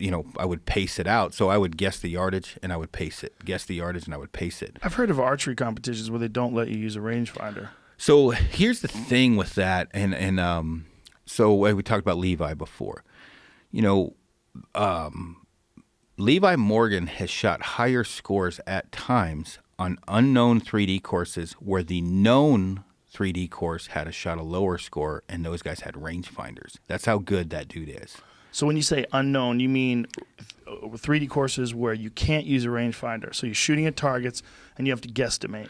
Yep, and he guesses the yardage. And there's another class, shoots from the same stakes, and they get rangefinders. Levi has beaten them with no rangefinder. That's insane. That's how fucking good that guy is. So insane. when people talk about, because you get guys like, I would say, me and Cam, not a tournament guy. Cam's shooting 160-yard shots. I mean, great shot. Or even Dudley. Dudley, amazing shot. But then you look at a Levi Morgan, if you dig into him, 13 ASA World Championships in a row that guy won. That's pretty crazy. And he's still shooting today. And then you think he's hitting fucking quarters, not knowing the distance out of 50 yards. That really is crazy that someone could win something that competitive 13 years in a row. I mean, it's hard to believe. Well, I mean, about the time like my wife is making my head too big, I'll pull up YouTube and have her watch an ASA with like Gillingham and Levi or Dan McCarthy, and I'm like, these guys are good, honey. I'm just okay. Like, these guys are fucking unbelievable. Well, it's an obsession, right? Archery is a weird Zen obsession. Like the feel. I try to explain to people, like, if I never hunted again for the rest of my life, if I never even ate meat for the rest of my life, I would definitely shoot bows and arrows. I would definitely practice archery, because there's something that happens when you concentrate on that target and the shot process and the shot breaks and then arrow sinks right into where you're looking at. It's amazing. It's a beautiful feeling. That's extremely rewarding. I don't. It would be hard for me. I mean, what happened with me when I did that switch, right? When I was, I found a new love for archery that I had lost because the newness ran away. And I'm not saying I was, perfect at it, but you can pick up a compound and shoot it and skip a week and still be pretty damn good with it. Right. That stick bow, you got to shoot it all the time. So I got to a point where 15 years ago, I would take work off and call in sick to set up my new bow. Like, I was always been addicted to archery. And then later on down the line, that newness wore off, where now, well, I'm the boss, so I don't have to call in sick. Literally like a kid at a Christmas waiting for shit to come in with that recurve. So it rejuvenated that love for archery. And it kicks the shit out of you. And so that challenge, when I say kicks the shit out of you, that challenge of practicing, it's pretty addictive. I was actually surprised you haven't tried it more yet, but you may Traditional not have. bow? Yeah. I just don't have the time. I know what it is. I know that it's going to take X amount of hours every single day. Yeah. And I'm scared. It's like the same reason why I won't play golf. Yeah. Like, I know me. I'm not doing that. I'm not walking around for 8 hours a day, because then I would be doing it every day and everything else would suffer. That's why I don't do CrossFit, to be honest with you, because I'm super competitive. Fuck, I fucking hate to lose. I just watched that documentary. There's a CrossFit documentary. I forget what it's called. It's The Fittest or something like that. It shows the competitions. It's like fucking bonkers, man. Dude, we had Matt Chan on the other day. He's took second in 2012 in the CrossFit Games.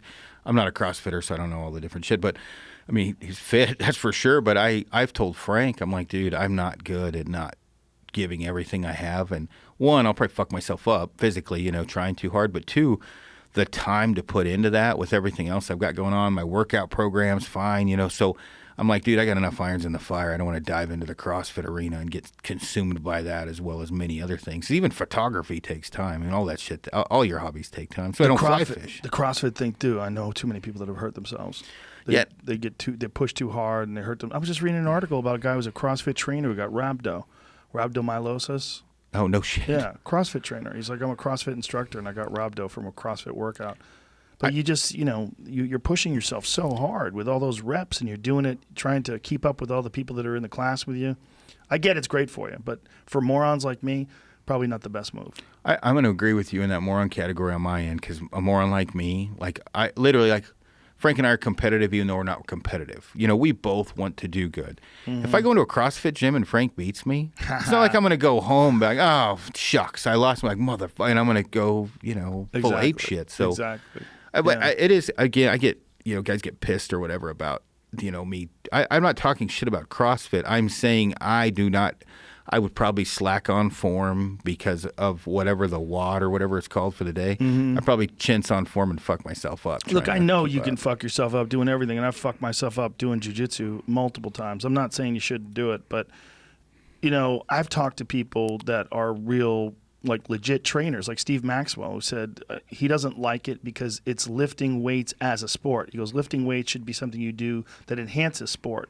He goes, particularly when you're doing Olympic movements, he's like, Olympic movements shouldn't be done to maximum repetition.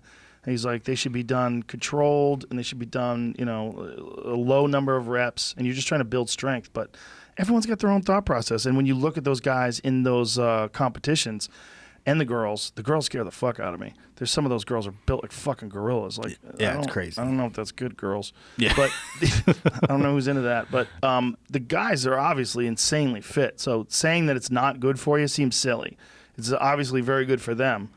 You know, some of those fucking dudes are so impressive, but I just worry about shoulder injuries is a Exactly. big one, like the kip up Backs. thingy dingies.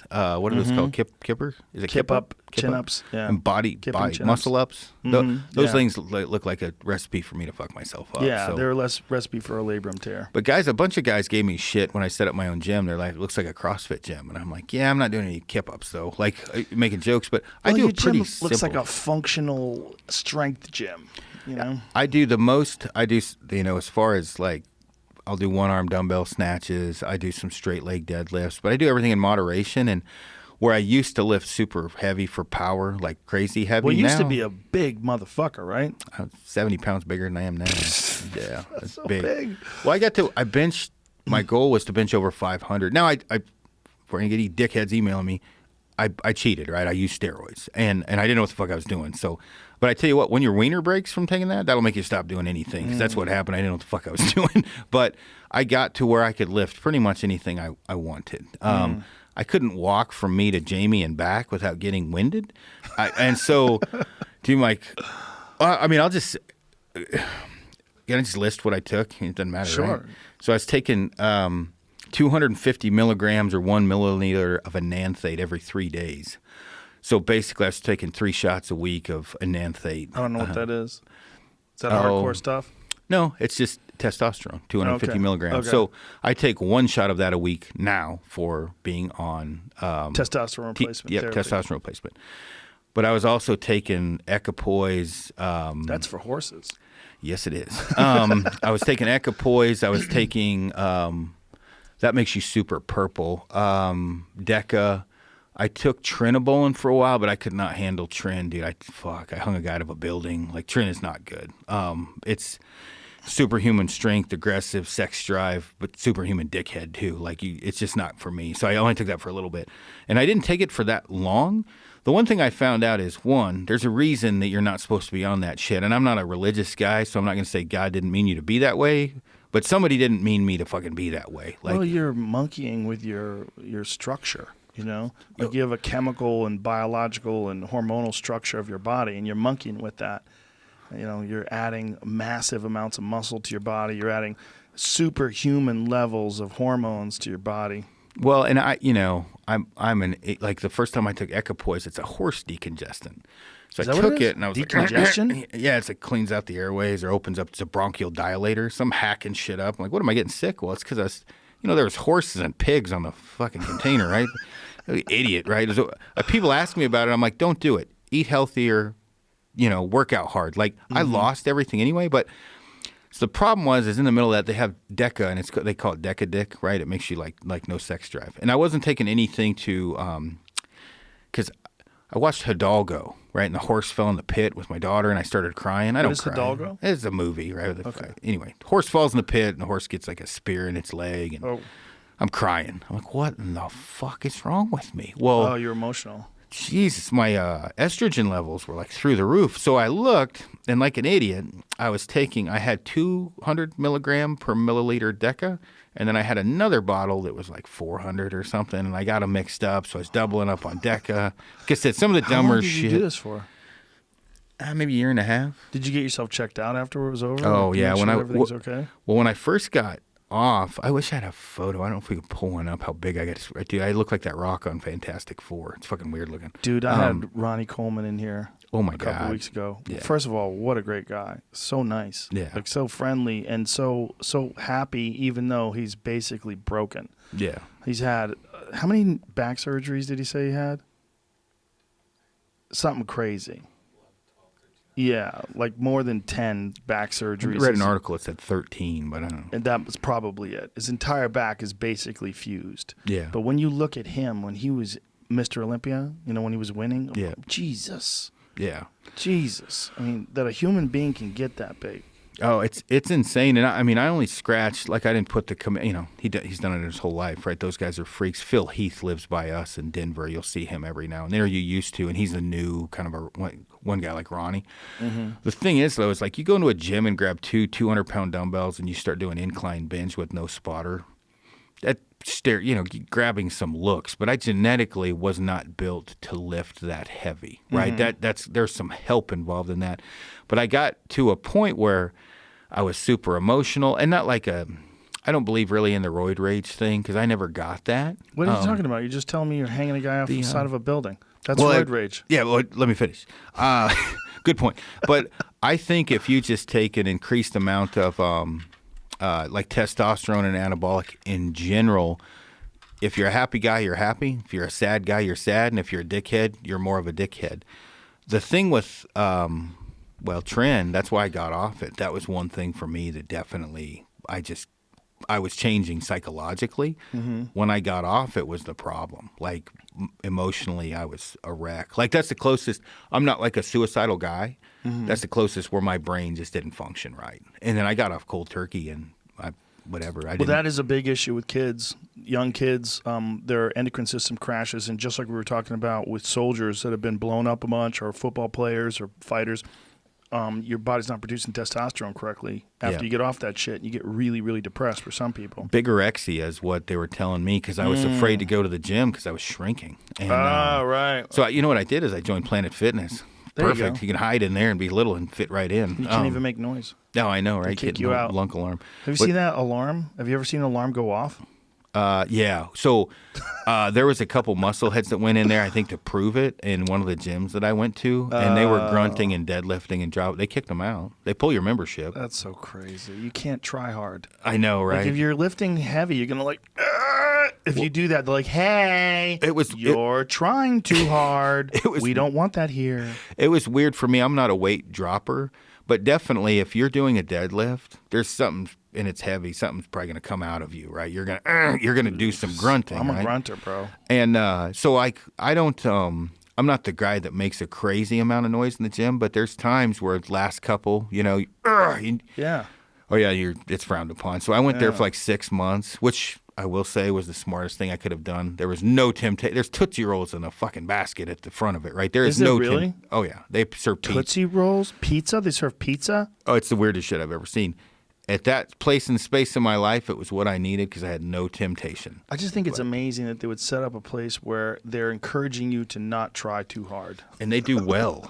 I'm sure. That's how people like it. I was laughing because, well, I'd say laughing. Like for me, once I got out of it, I was like, that is the strangest shit I've ever seen. There's a gym that wants you to be fat. That's strange. Because they do. There's Pizza Tuesdays or whatever. Do they want you to be fat, or do they just encourage you to not intimidate the other people with your performance? Is that what it is? Probably because I was definitely the oddball at the one I went to. And God, so weird. Like I would do calf raises and I would put 245s on each side on the ground, and then I would put 445s on like a Smith machine, and I'm just doing calf drops. Right. Oh, that got shit canned immediately. I was like, they told you not to do it? Yeah. Why? For one, they said I was taking all the weights up, and two, they said that's not. They didn't kick me off totally. They said that is frowned upon here, and I was like, what is frowned upon here? Calf raises? Yeah, because how I was doing it. And I was like, this is strange, but I can't, again, it was good for me at that time to get off because, dude, that was the hardest thing mentally that I had to deal with in a while. That is everything I hate about America. Yeah. Like that whole, just the idea behind that, don't try too hard. Just like, no, not here. Here we're going to use 45% exertion. Dude, I get in trouble a lot. I get called a dick for being the guy that's rub some dirt in your crotch and get the fuck up and go. Like, not... Rub some dirt in your crotch. Is that really good advice? It gets a point across, right? Well, when guys will ask me certain pieces of advice that they need, they need someone like maybe you or me or Ranella or whoever to give them oh man, that's okay. I'm not that fucking guy. Don't send me a message where you think you're going to get some kind of, oh, it's okay that you suck. Keep going. Like Yeah. I try to circle myself with people that tell me I suck to try harder. That makes sense. Yeah. And I get messages, and I'm like, dude, no, that's not okay. I'm like, you're fucking weak. Just push harder. That's the key. Keep trying. Well, the only problem with that kind of advice is some people start off with a terrible base, right? If you're a person that doesn't have any athletic background, no exercise at all, you really do have to start off light. And I tell people all the time, like if you're just starting exercise, say if you work in an office, you're in a cubicle, you're completely sedentary, all you have to do is just start walking. Just start with walks, then do some push-ups, do a few things. Don't do anything crazy. That's great Build advice. That's what the advice I'm giving, though, is that type of advice. Like when they send me their diet plan, and it's the diet plan of a Greek god, and I'm like, yeah, you're fucking lying. Like, you're not doing that shit. Like, that's what I'm talking about. I totally agree with what you're saying, but think about it. If I messaged you and said, hey, man, I've been eating 80 grams of carbs a day. I'm walking 4 miles, no soda. I'm still 260 pounds at 5'9".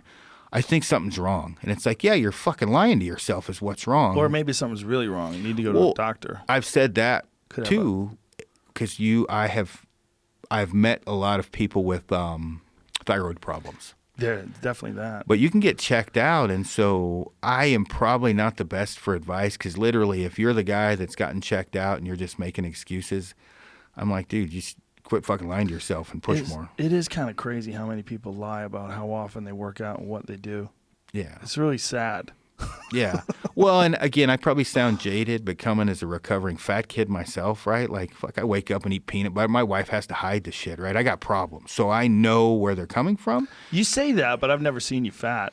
All the years I've known you, you've always been fit. But I always say I'm fat, so I don't get that way. Exactly. But that's why. the mentality. That's the right mentality versus the mentality that lies about how often you work out and what you eat. Well, and again, I call myself fat, and I always will because I never want to be fat again. When I got up to 260 when I got out of the Army. Did you ever get to a point where you were making your own meals for the backcountry? Like, did you ever use a dehydrator? I do that now. Do you do that now? Yeah. What do you cook? Like, what kind of stuff do you make? So, rewind, the cheapest meal I can get if I'm in a hurry and I can't make it is I get brown rice top ramen and olive oil tuna. For people listening, that is a cheap way to do it.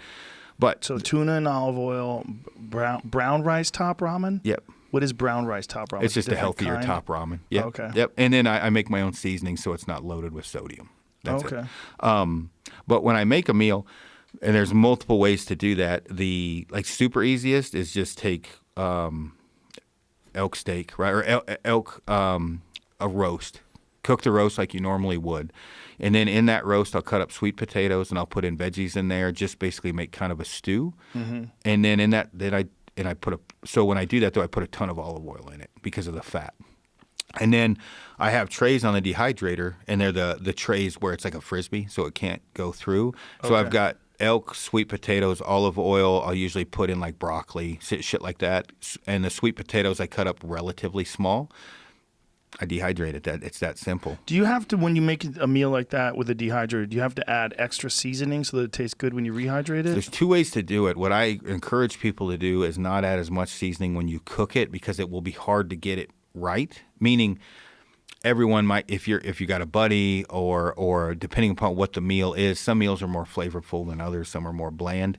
I add it after. Oh, okay. So when you're it's like you pour boiling water into it, and then you add the seasoning on top of that? So what I do is you can do it in a Ziploc bag, but the easiest thing is those just cheap plastic containers, or you can put in a titanium one. It doesn't matter. But once I, kick it off, boil it, get it rehydrated, get the boiling water in there, I just put a lid on it, let it sit for 10 minutes, not very long, or boil it until it is if I have extra fuel. And then it's ready to go just like that, just like a mountain house. Same principle. Dude, nothing makes me fart harder than mountain houses. Yeah, and it turns your poop funny colors. Like MREs is an orange and a mountain house is a green. I've never pooped green. At least I did, and I didn't look at it. But the smells that were coming out of my body last time I ate mountain houses was like, Christ. The shit cannot be good for you. It's got a lot of sodium. And most people are like, why does it matter? It's like 150 nights a year. It fucking matters. Like I can't eat those things all the time. So there's a few new companies. Off Grid's pretty healthy that I use.